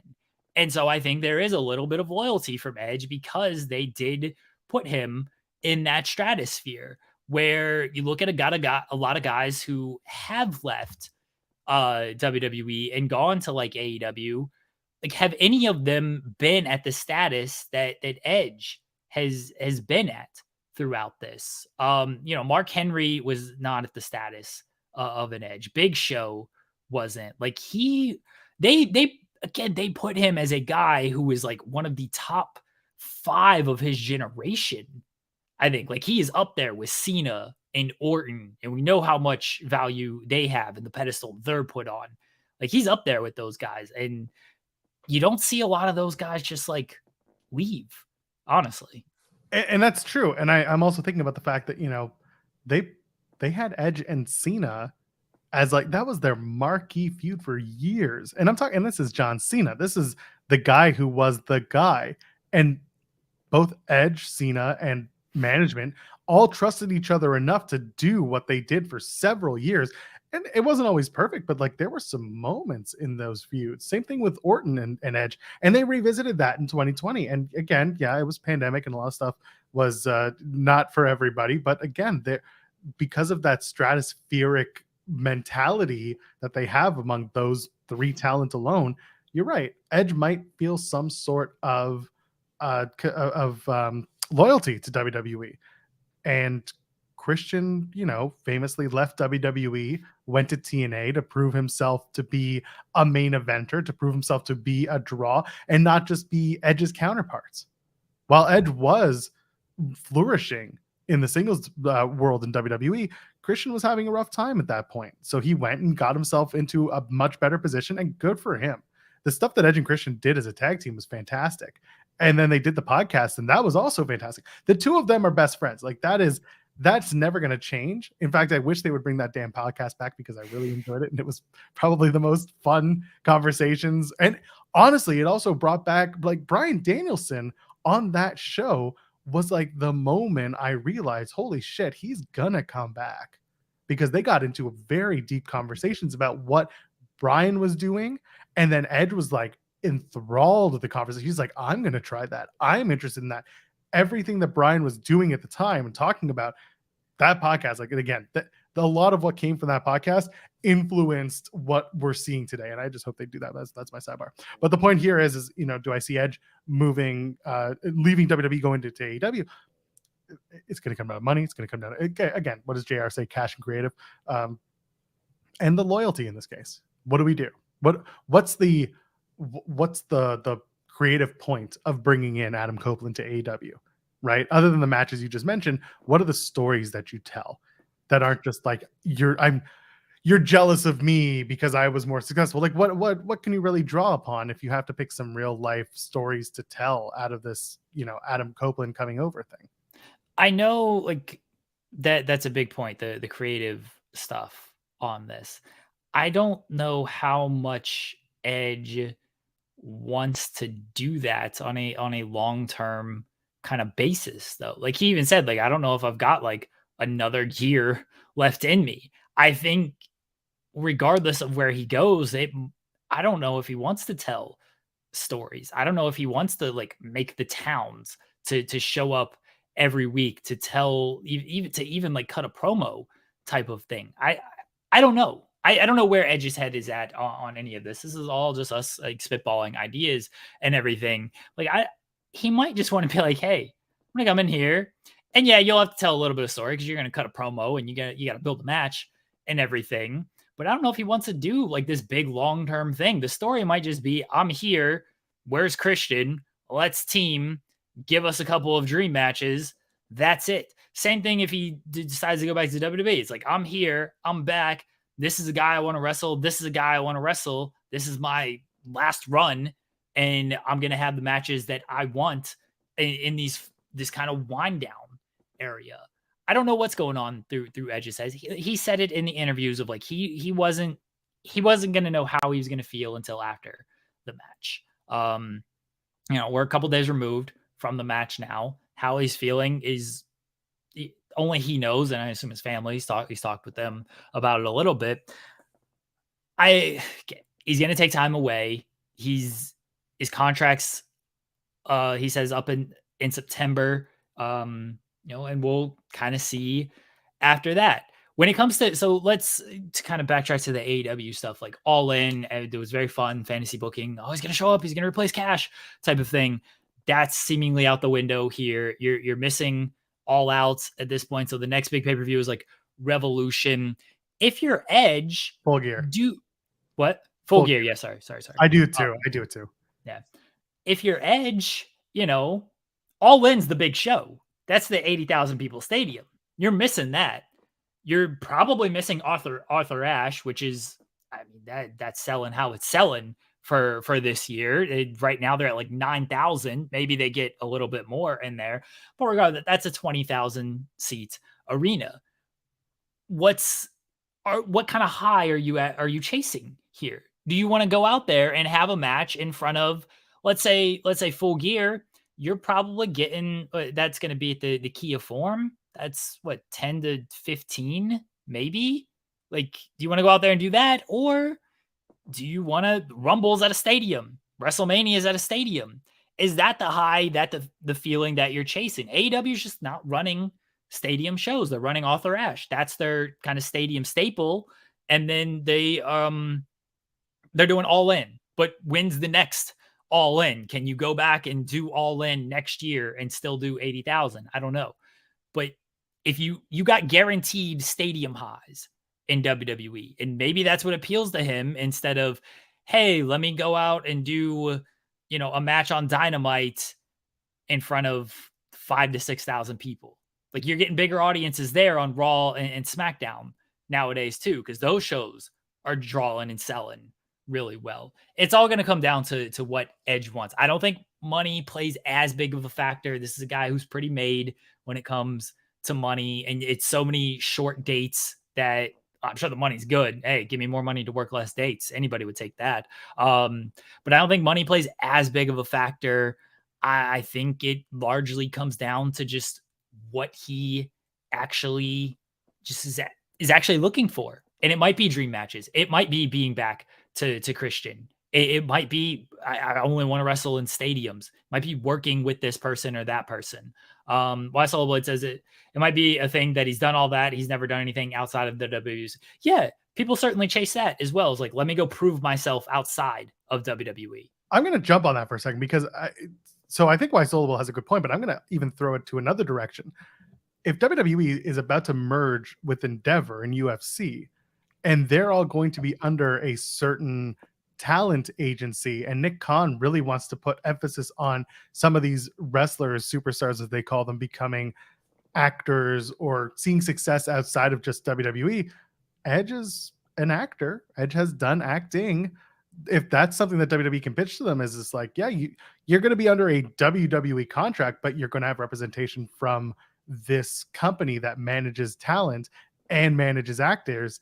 There's a possibility he comes back for that, because that's something that AEW can't formally offer someone like Edge right now, or any talent for that matter, because they're not under an umbrella like that. So there's another side of it. Again, if he thinks he's done everything he has to do with wrestling, then he can move on and do the acting, and then show up once in a while when the wrestling is like, the itch is back. You know what I mean?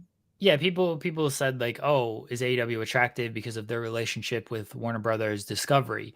That's benefited AEW in the sense that they're doing Shark Week matches and House of Dragon matches and things like that. It hasn't led to a bunch of AEW talent appearing in a bunch of big time movies. MJF is going to be in the Von Erich film, but MJF he's an exception on this. Like WWE, their track record when it comes, even with Edge has been in the Viking show. He's in friggin' Money Plane and all this stuff. Like, that's a great movie. Everyone watch Money Plane. Yes. He's been on that kind of stuff. We haven't seen this translate to when it comes to AEW and Warner Brothers Discovery. We haven't seen this translate to a bunch of AEW guys just landing a bunch of movie roles and things like that. I know Cody had the reality show, but that was because they wanted Cody as a reality show. And then they spun that off into AEW as a whole, having a reality show, much different than guys getting movie roles and things like that. And again, WWE's track record, there's more visibility with WWE. I understand that AEW has a relationship with Warner Brothers Discovery, but Warner Brothers Discovery doesn't have a movie division. I think WWE Films is still around. WWE Movies Studios. They have something there, don't they? Or am I completely off base? I don't even know, because I've heard so many interviews with from 5 years ago with people who worked in WWE studios. I don't know if it's still actively around. Okay. Well, regardless, even if it's not, Warner Brothers Discovery is not knocking on doors of like, hey, we want to get this AEW person in this film or in this show type of thing. Right now there's a strike going on anyway. Oh, sorry. Technically WWE Films and WWE Studios just kind of merged. So the A&E stuff is considered part of that. So yeah, go ahead. There you go. So like they still have that. They don't produce a whole lot, but I think they can kind of sell it off to other studios. I don't know how all that stuff fully works. But regardless, is like WWE guys should get more consistent acting roles than anything we've seen from AEW, because largely the visibility is just better. Like, hey, I bring this fan base with me. AEW, they ain't got this big fan base with them. It just doesn't happen like that. I just remember they're also doing the Bianca and Montez Ford reality show on Hulu. They got a reality show. Ms. and Mrs. is a reality show. And apparently there was something in pre-production with Miz and Maurice called Brawl in the Family. This was a 2020 thing from a panel. I know, yeah, Maurice mentioned she had pitched and was working on a few things. I didn't quite know what it was called, but it, you there's more attractiveness when it comes to Yeah. WWE people going into again. Edge has landed these roles as part of the WWE system. People mentioning Samoa Joe. Hey, look, Samoa Joe got a voice acting role and then a body acting role because it's Will Arnett's voice in Sweet Tooth. Like those are good gigs, but also you don't see his face in either of them. One's a voice acting role. One is again body acting role. And also, like, I want to know, did Joe get that himself, or did Probably. he have act? That's the thing. I think Joe went out and had his own representation. Whereas what I'm talking about is the potential for WWE to say, "Hey, Edge, Adam Copeland, why don't you come back? We have this representation. We have this in-house group that can get you whatever you need to pursue acting or whatever your career spans to next. We can help you out with that." And I think that's a pretty attractive thing to do for a guy who's been in the business for 25 years, in WWE specifically for 25 years, wrestling for 30. Yeah, sometimes you're just done, and that's okay. Sometimes you just want to take a long break and learn a new hold, and in this case, learn a new line, and then come back and maybe have a match when you get that feeling. Show up in a Royal Rumble once in a while. That's an easy battle royal to show up in, do the spot, and bye. Simple. I don't know.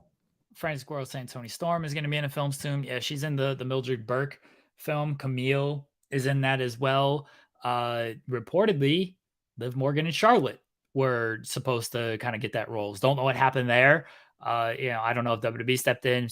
Maybe the studio just decided, hey, let's not use WWE people. Whatever happened there, happened there. But again, Edge, I don't think that he's not going to have issues with that. He does not need to go to AEW just to massage that Warner Brothers of like, hey, can I get more acting roles type of things. He's already got ins in Hollywood. He's already been in a movie.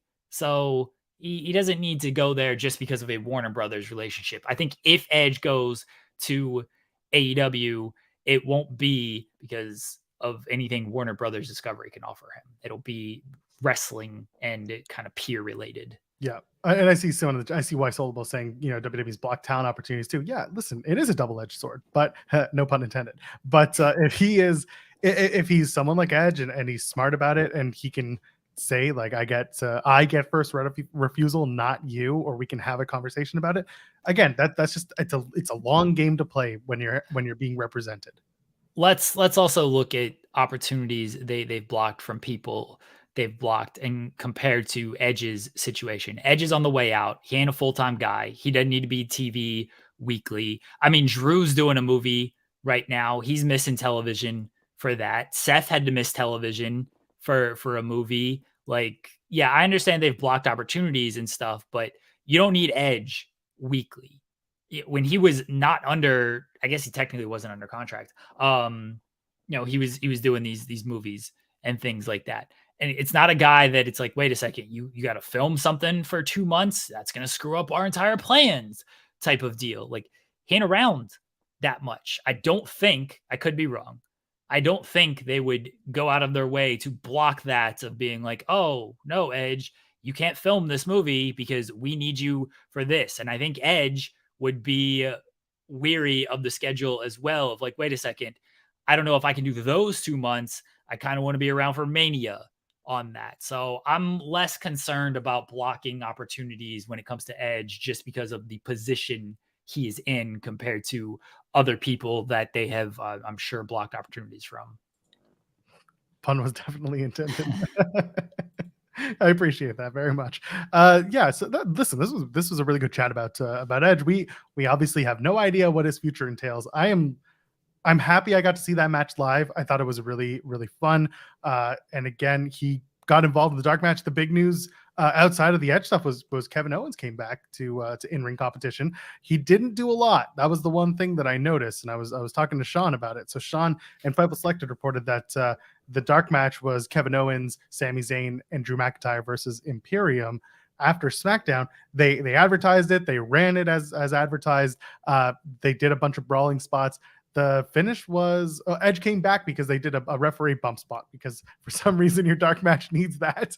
But it was just to bring Edge back and have him play into the finish. They did the haluva kick, the spear, and then I think there was a KO from there was a stunner from KO, and then that was the match. KO didn't do much. He really just he did brawling and then did the stunner, and that was it. If that's all he can do right now, sure, that's fine for a 6-man tag.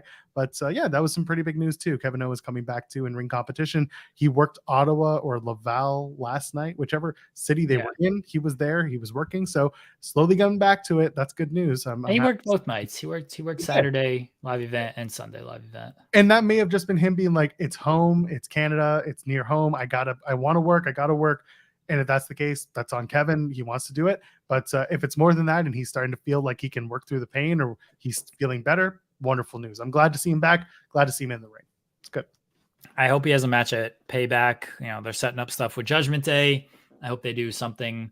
And it might be a 6-man tag because that will help kind of protect him a little bit because that's what he's working on these live events. It was still 6-man tags. They were teaming with McIntyre against Imperium on the live events. It might be a 6-man tag. It's Cody, Kevin, and Sammy against Finn, Priest, and Dominic. You can see that play going into Judgment Day. Yeah, that'd be fine with me. Again, I still think that it's War Games at Survivor Series. KO, Sammy, Cody, and there was a fourth. I just forgot who it was.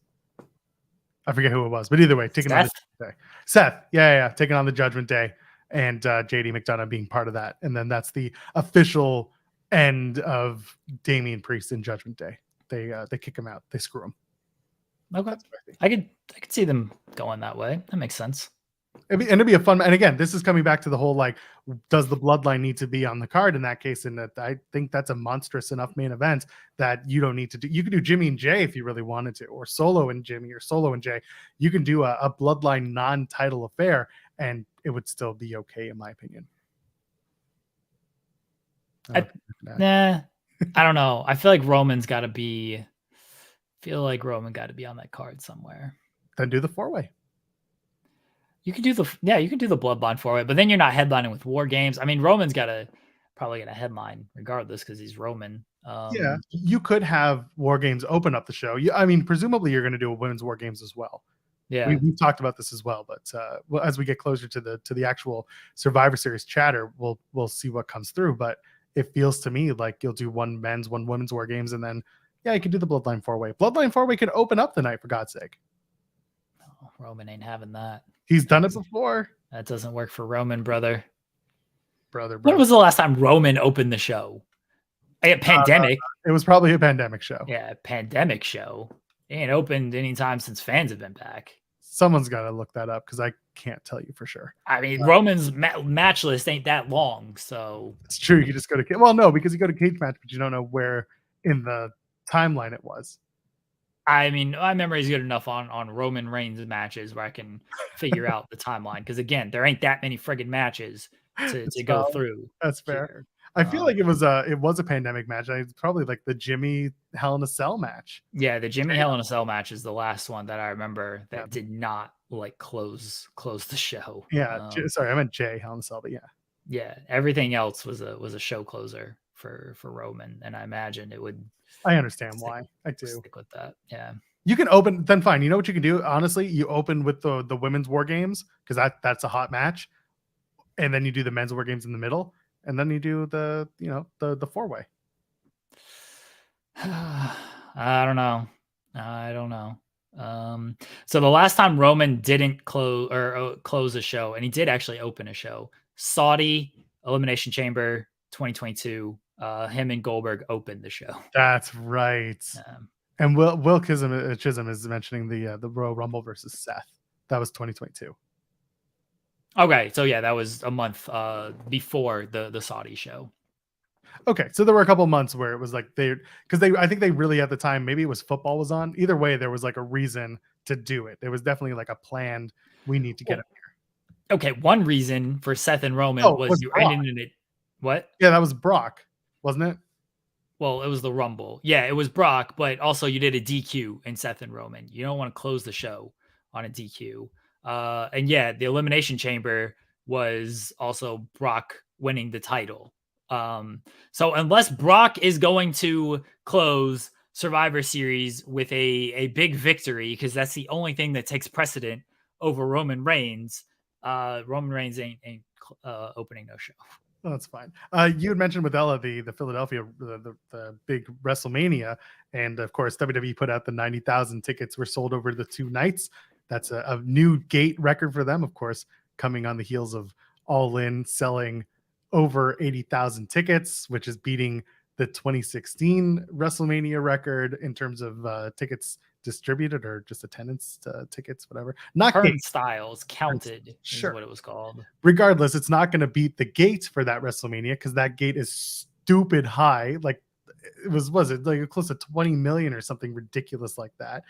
Thank you, Brandon Thurston, WrestleNomics. But either way, that's not going to hit it. But 90,000 for WrestleMania so far, 45 over 2 nights. Let's just say, let's just even it out. It's good news for an opening WrestleMania sale, and it's amazing that All In is about to do 80,000 tickets.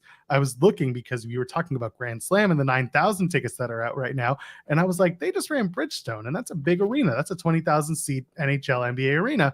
I didn't realize they only set it up for 4,300 people. So they wanted to, but yeah. I don't want to get into a big ticket discussion. People are getting yelled at. And that's the thing. I don't want to turn this into a tribalistic AEW, WWE thing. I was just more like, I saw them running Bridgestone, and arenas are scalable. TNA ran the Alamo Dome, for Christ's sake, and they did not fill the Alamo Dome. They were using like 7,500 seats is what they were aiming for. So like my point was really just that the arenas are scalable. Arthur Ashe is a big event. They will probably do pretty well as long as they build a better story going into it, because I can tell you this much: Collision this past Saturday was not much for me.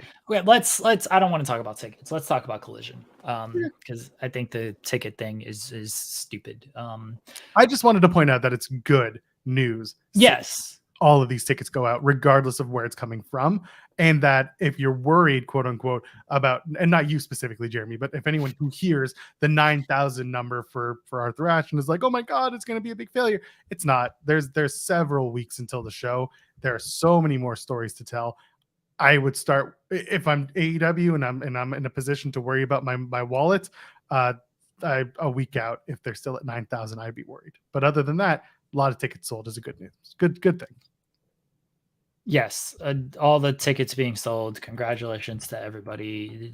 Yay, wrestling. Watch your wrestling. Yes, thank you, Tony. Let's talk about the stories that are actually happening. So CM Punk and Samoa Joe.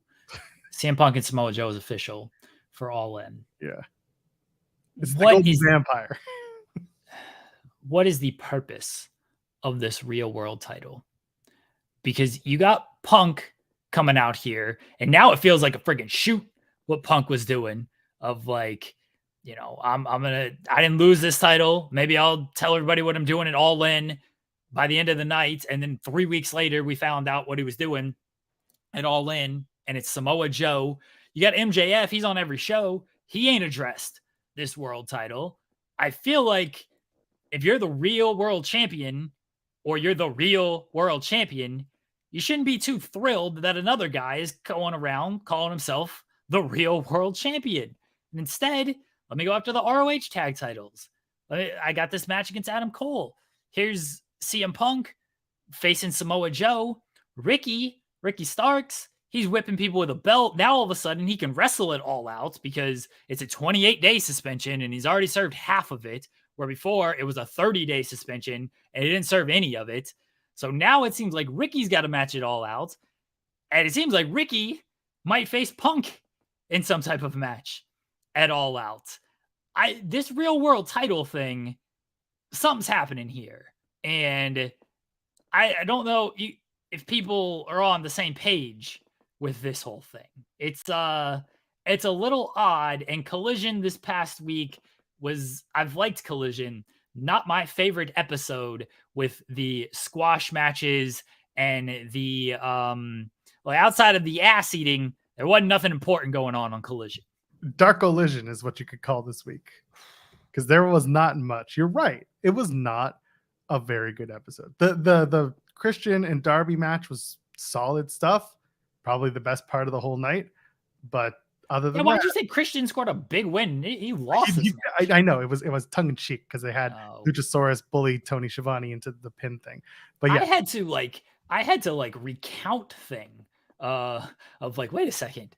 Did Christian win? look at the Am I thumbnail. misremembering this? No, look at the thumbnail. He stole a win, but on the yeah, it says score big wins on the title, but it's he stole a win in the thumbnail. At least I hope I did it that way. I was very tired last night. Either way, yeah, the Christian thing was that was, to me, that was a lot of fun. It was a good match. I love that Edge and Christian both main evented shows on Friday and Saturday. That was fun. Yes, JR did mention Edge on AEW because he wanted to. I think he just wanted to like give Edge his flowers, knowing what was going on. So we'll see. Again, time will tell. But yeah, the episode was just wasn't for me. There was just a lot of like, your biggest show ever attendance wise is around the corner. You're literally taping your Saturday show next week because you have such a huge show coming up on Sunday. Your talent needs to be there on time. And this is what you offered us for your last like live show. It just was not, it hasn't been a good week for AEW in totality, between Dynamite not being that great. The stuff with Cash Wheeler coming out was not great. The stuff with Punk and all that stuff that came out in the last little while, that doesn't help. And then putting on just, again, there's like your fan base who watch the shows weekly might not have enjoyed the show. Your fan base that watches the show weekly and follows what's going on in the outside world of your company, probably not super enamored with what's happening. This isn't like a sound the alarm, oh my God, AEW is going down, but it's like, what the hell are you doing? Were you planning to have a shitty week of television just to get people's minds off of what was going on? Because if you did, great job. I'm not going to talk about Punk and I'm not going to talk about Cash, but I certainly don't really want to talk about Collision either, because it just wasn't a good show. The Stark stuff made no sense. You can't go out and be like, I got a 30-day suspension. Oh, it's effectively 28 days, but that's cut in half because I've already served half of it somehow. So I happen to be ready for All Out. So give me competition. Oh, but I'm also going to have Big Bill. It's like, just what's happening here? Yeah, it's not balanced well. No, and the transfer window is closing, Jeremy, and the Jaguar season is starting, and I'm a little nervous that the guy who runs the ship is about to be like, oh, summer's over, it's like Wile E. Coyote in the Roadrunner, and then they had the sheepdog that clocks in, and then everything goes back. This is what we're dealing with. The sheepdog is about to clock out, and we're gonna be just running in circles. That's my number one, like, oh shit, here we go. Yeah, it's man, that Collision show was very, very skippable. And again, this real world title thing, I was looking forward to it. I thought, oh, this is gonna be good stuff right here, because you're gonna finally get the MJF and CM Punk feud. You're finally gonna get this program, and I thought it was gonna go to All In, and it didn't do All In. Now they're still not referencing each other. If they both win at All In, do you do essentially a 1 week build for All Out? And it'd be more of a 1 week build because you do the whole history, the totality of this feud, which dates back over a year and was arguably the best feud of the year last year. So it's not just strictly 1 week. All these guys need is an episode of Collision and an episode of Dynamite to cut promos on each other. Is Punk going to be allowed in the building for Dynamite? Is MJF going to be allowed in the building for Collision? Guess he's been on it before. But all you need is an episode of Collision and Dynamite. Let them go promo for promo on those shows. You can build that match in a week. You'd be fine. You probably only need one promo. Give them 20 minutes, let them go, and everyone will call it great. And it probably will be great. So it's not like you need this long, extensive build for this. But at the same time, you probably want at least a little bit of a build for it, longer than 2 episodes of television, even though the totality is longer, much like the totality is longer when it comes to some of these All In matches. But you're doing these with just a couple episodes of television. And that's why people are like, oh, the build hasn't been great. Because if you don't know all of this history, and granted, the history between MJF and CM Punk only dates back a year compared to some of this other history, which dates back over a year, which dates back 5 years and things. If you don't know all this history, you'll be a little confused by it. I'm just confused as a television viewer of this man's got his world title. Why isn't the world champion being like, no? And I will add to this, why is management in kayfabe acknowledging this title? Why are they okay with this being the real? Why isn't anyone? You put Tony on screen this past Wednesday with MJF and Adam Cole, and they did the whole like Tony yelling behind the doors, and then they open the door and it's like, oh, we're cool, everything's cool, best buds. Why wouldn't Tony Khan appear on camera as he does in kayfabe world too, to be like, there's a real world's champion. He's not the real world's champion. Our world champion is MJF, and we're going to put a stop to this once and for all. Why are you letting this go? Why are you letting this title exist in your kayfabe world? Like, make it make sense, and it just doesn't. And again, MJF is not talking about it. He's not being asked about it. He's not referencing it. Yeah, not being asked about it. Not being asked about it's a little bit more of my issue than MJF. It kind of pops me that MJF just like completely ignores it. It's like, whatever, who cares about this stupid title? But there was the 1 week where they were in, and I don't know if we talked about this particular talking point, but like they had the tag match on Collision, and I don't know if we talked about it, but like I'll bring it up if we did or didn't. You had a full ass promo from CM Punk being like, real world champion, here's my belt, and MJF does nothing. And you can argue he was very focused on his tag title match. He was going to win that. He was so razor focused. He didn't have time to think about it. Well, he's had 3 weeks, and he's probably, well, you may have seen it, or at least someone should have drawn his attention to it, because I understand, just like Kenny doesn't watch the product in kayfabe, you could do the same thing here, but you haven't said that. So it's just it's strange to me. And then he lost. MJF did. He got pinned in that tag match. I think Dax Harwood kind of feels owed a title shot here. It's just my thoughts. So remember when Scorpio pinned Jericho? Didn't he get a title shot off of that? Was it a World Eliminator thing? I don't remember. I honestly no. Jericho. It was a tag match. I'll look this up. Yeah. Okay, I think it was right. Jericho's first loss in AEW. It was the first time he got pinned in AEW. It was a tag team match. So yeah, he did get a title shot. So it was a tag team title match. SCU were the champions against Jericho and Sammy. Scorpio pinned Jericho in that match, and then a couple weeks later, he got a world title match against Chris Jericho. I'm not saying this is precedent or anything, but usually when you pin the world champion in a match, it sets grounds for a world title match. Dax Harwood, being Dax Harwood, he would probably want a world title match. Yeah, and he should get one, and then he should talk about it on a podcast for days and days, Jeremy. I love that the as good as Rampage was, the big news out of AEW this weekend was actually Darby and Sting showing up at the that ruled WWE 4A show. That was a very good spot, very very cool moment, especially for fans of Sting, because Sting don't show up just anywhere anymore, and for him to show up with Darby and take out AR Fox in his home ring, getting back at the Buddy Wayne stuff from Dynamite, or was it Dynamite or Collision? Either way, was Dynamite? Yeah, getting back at him for that was just, I thought that was perfect. I really hope that they show some of the footage, or at least had some people, getting good quality stuff to show it. But that was a fun spot, and I'm hoping that it gets some love on AEW programming. It's good. I mean, it's a complete miss if you did this spot and then didn't. Oh, there's a Tony Khan media call tomorrow at 1. Oh boy. It's my day off tomorrow. Yay. I try to take Tuesdays off, and then Tony Khan's going to do this to me. I'm going to Offspring tomorrow night. God bless.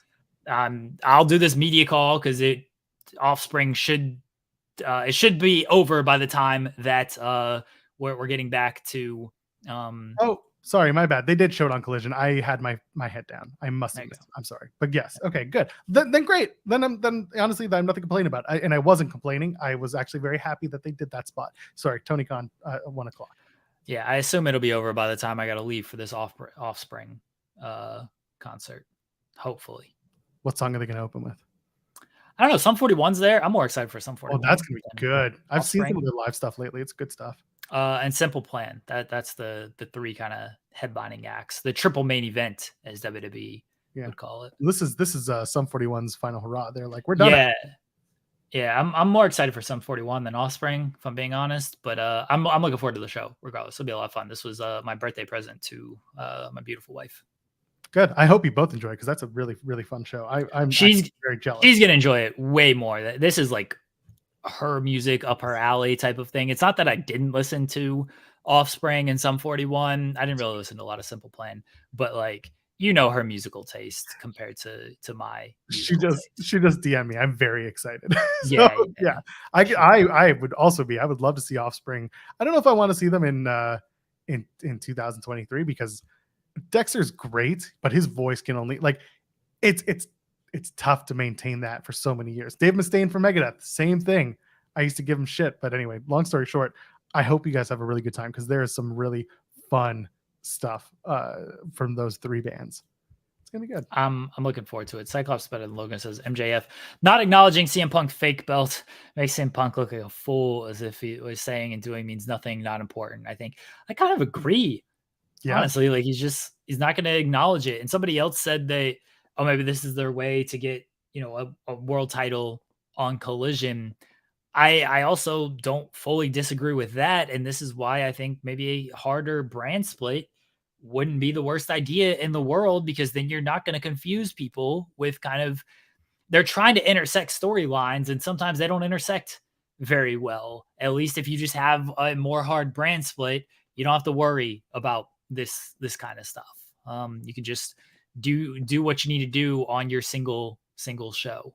And one last comment on the Sting stuff, because it rightfully blew up on social media. Tony Khan saying this is the greatest run of Sting's career. It was great headline bait by people. Great clickbait. I don't even want to call it clickbait because it's what he said. So I will stick with my term of headline bait. Because if you listen to the interview, he does say it's the greatest run of Sting's career. He also says literally seconds before that, he's undefeated in AEW.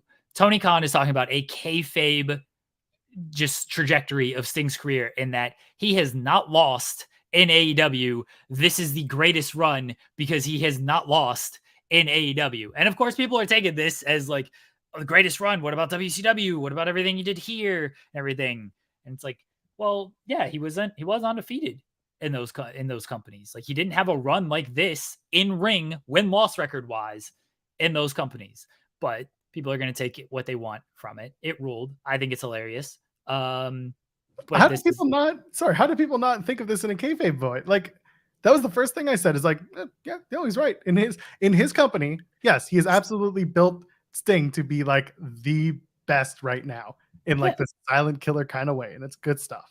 He said in another interview about Sting of like, let me get the exact quote on this. I like to, be exact. I don't want to mess up any quotes, put words in people's mouth. So here it is. Sting has accumulated an undefeated record where Sting is in many ways the most successful wrestler in AEW. So again, he's talking in a kayfabe term. He's undefeated.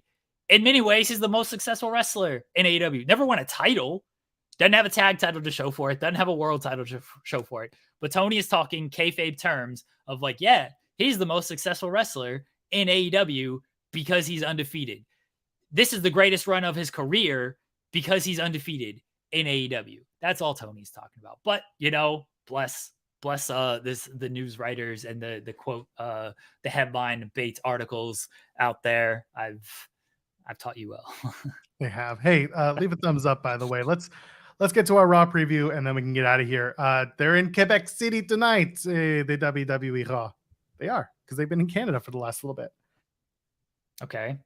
So anyway. That was your accent, whatever that was attempting to be. It's French. If you say so. I do.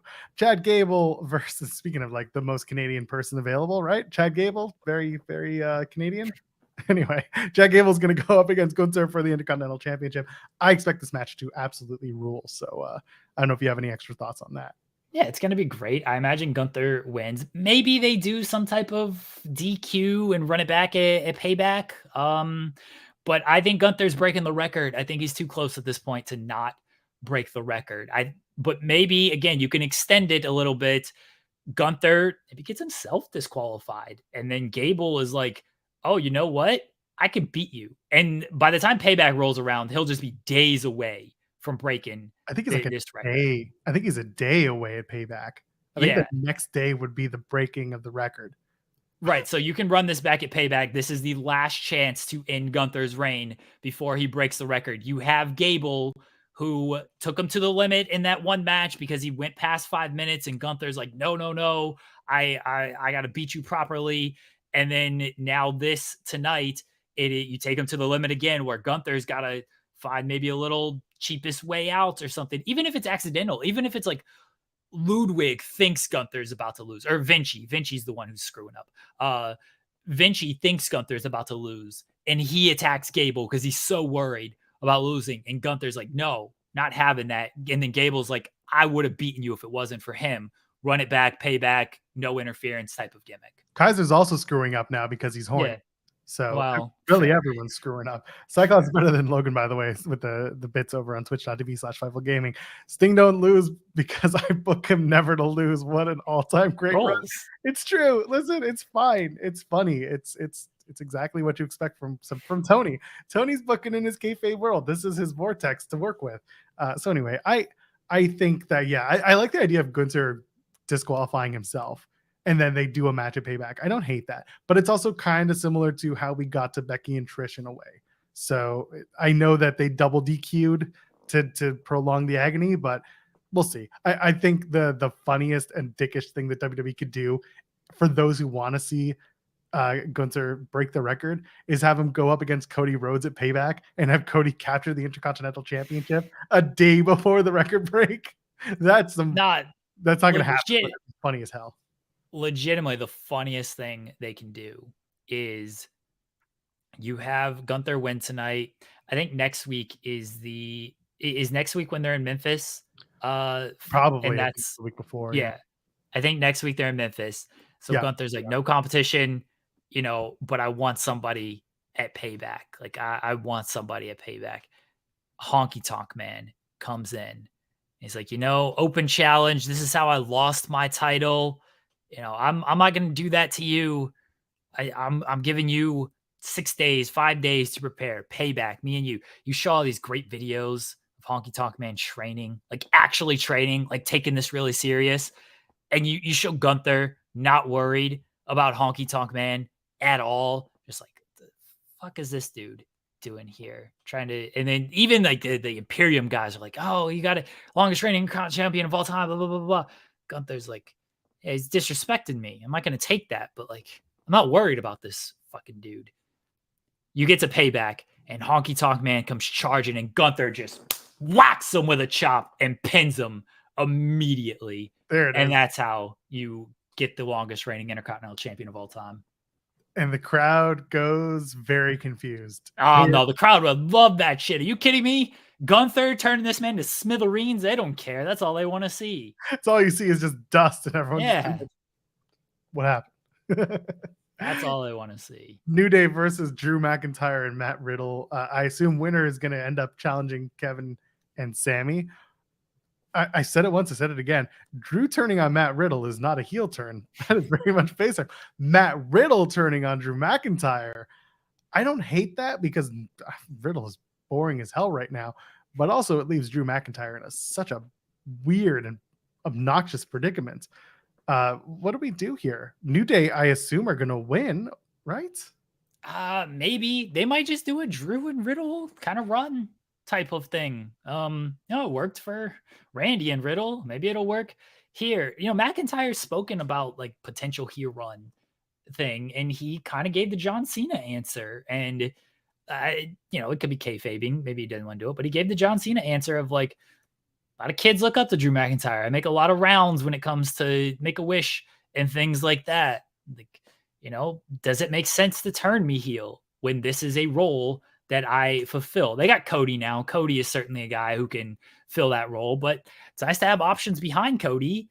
And McIntyre is certainly their biggest option behind Cody. I think that's why a Bianca Belair full-on heel turn ain't going to work, because that's a big role that Bianca fills for the company.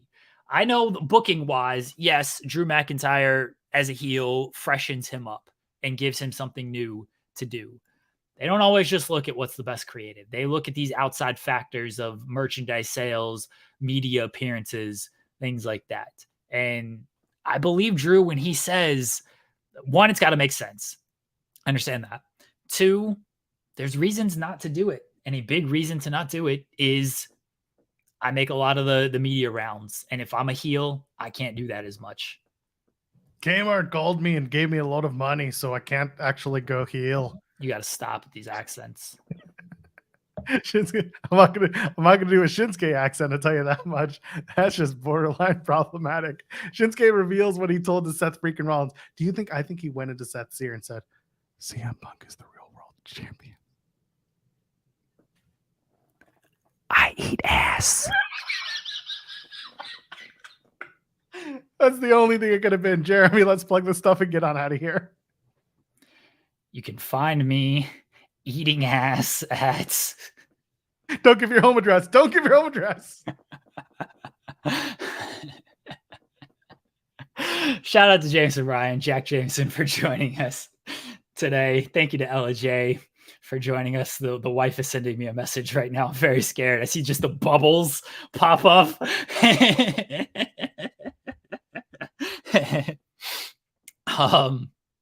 Thank you to Jameson and Ella J for joining us. Don't follow me on Twitter. Follow at Fight Talk _. That's Fightful Overbooked. We got a bunch of stuff. More coming on Wednesday. More coming on Wednesday. I got nothing to add. Just follow us here. What did I do? Drop a thumbs up on the video. I am at Joel Pearl, JOELPERL. Ladies and gentlemen, friends beyond the binary. We'll see you on Wednesday when we go back in the weeds. Take care.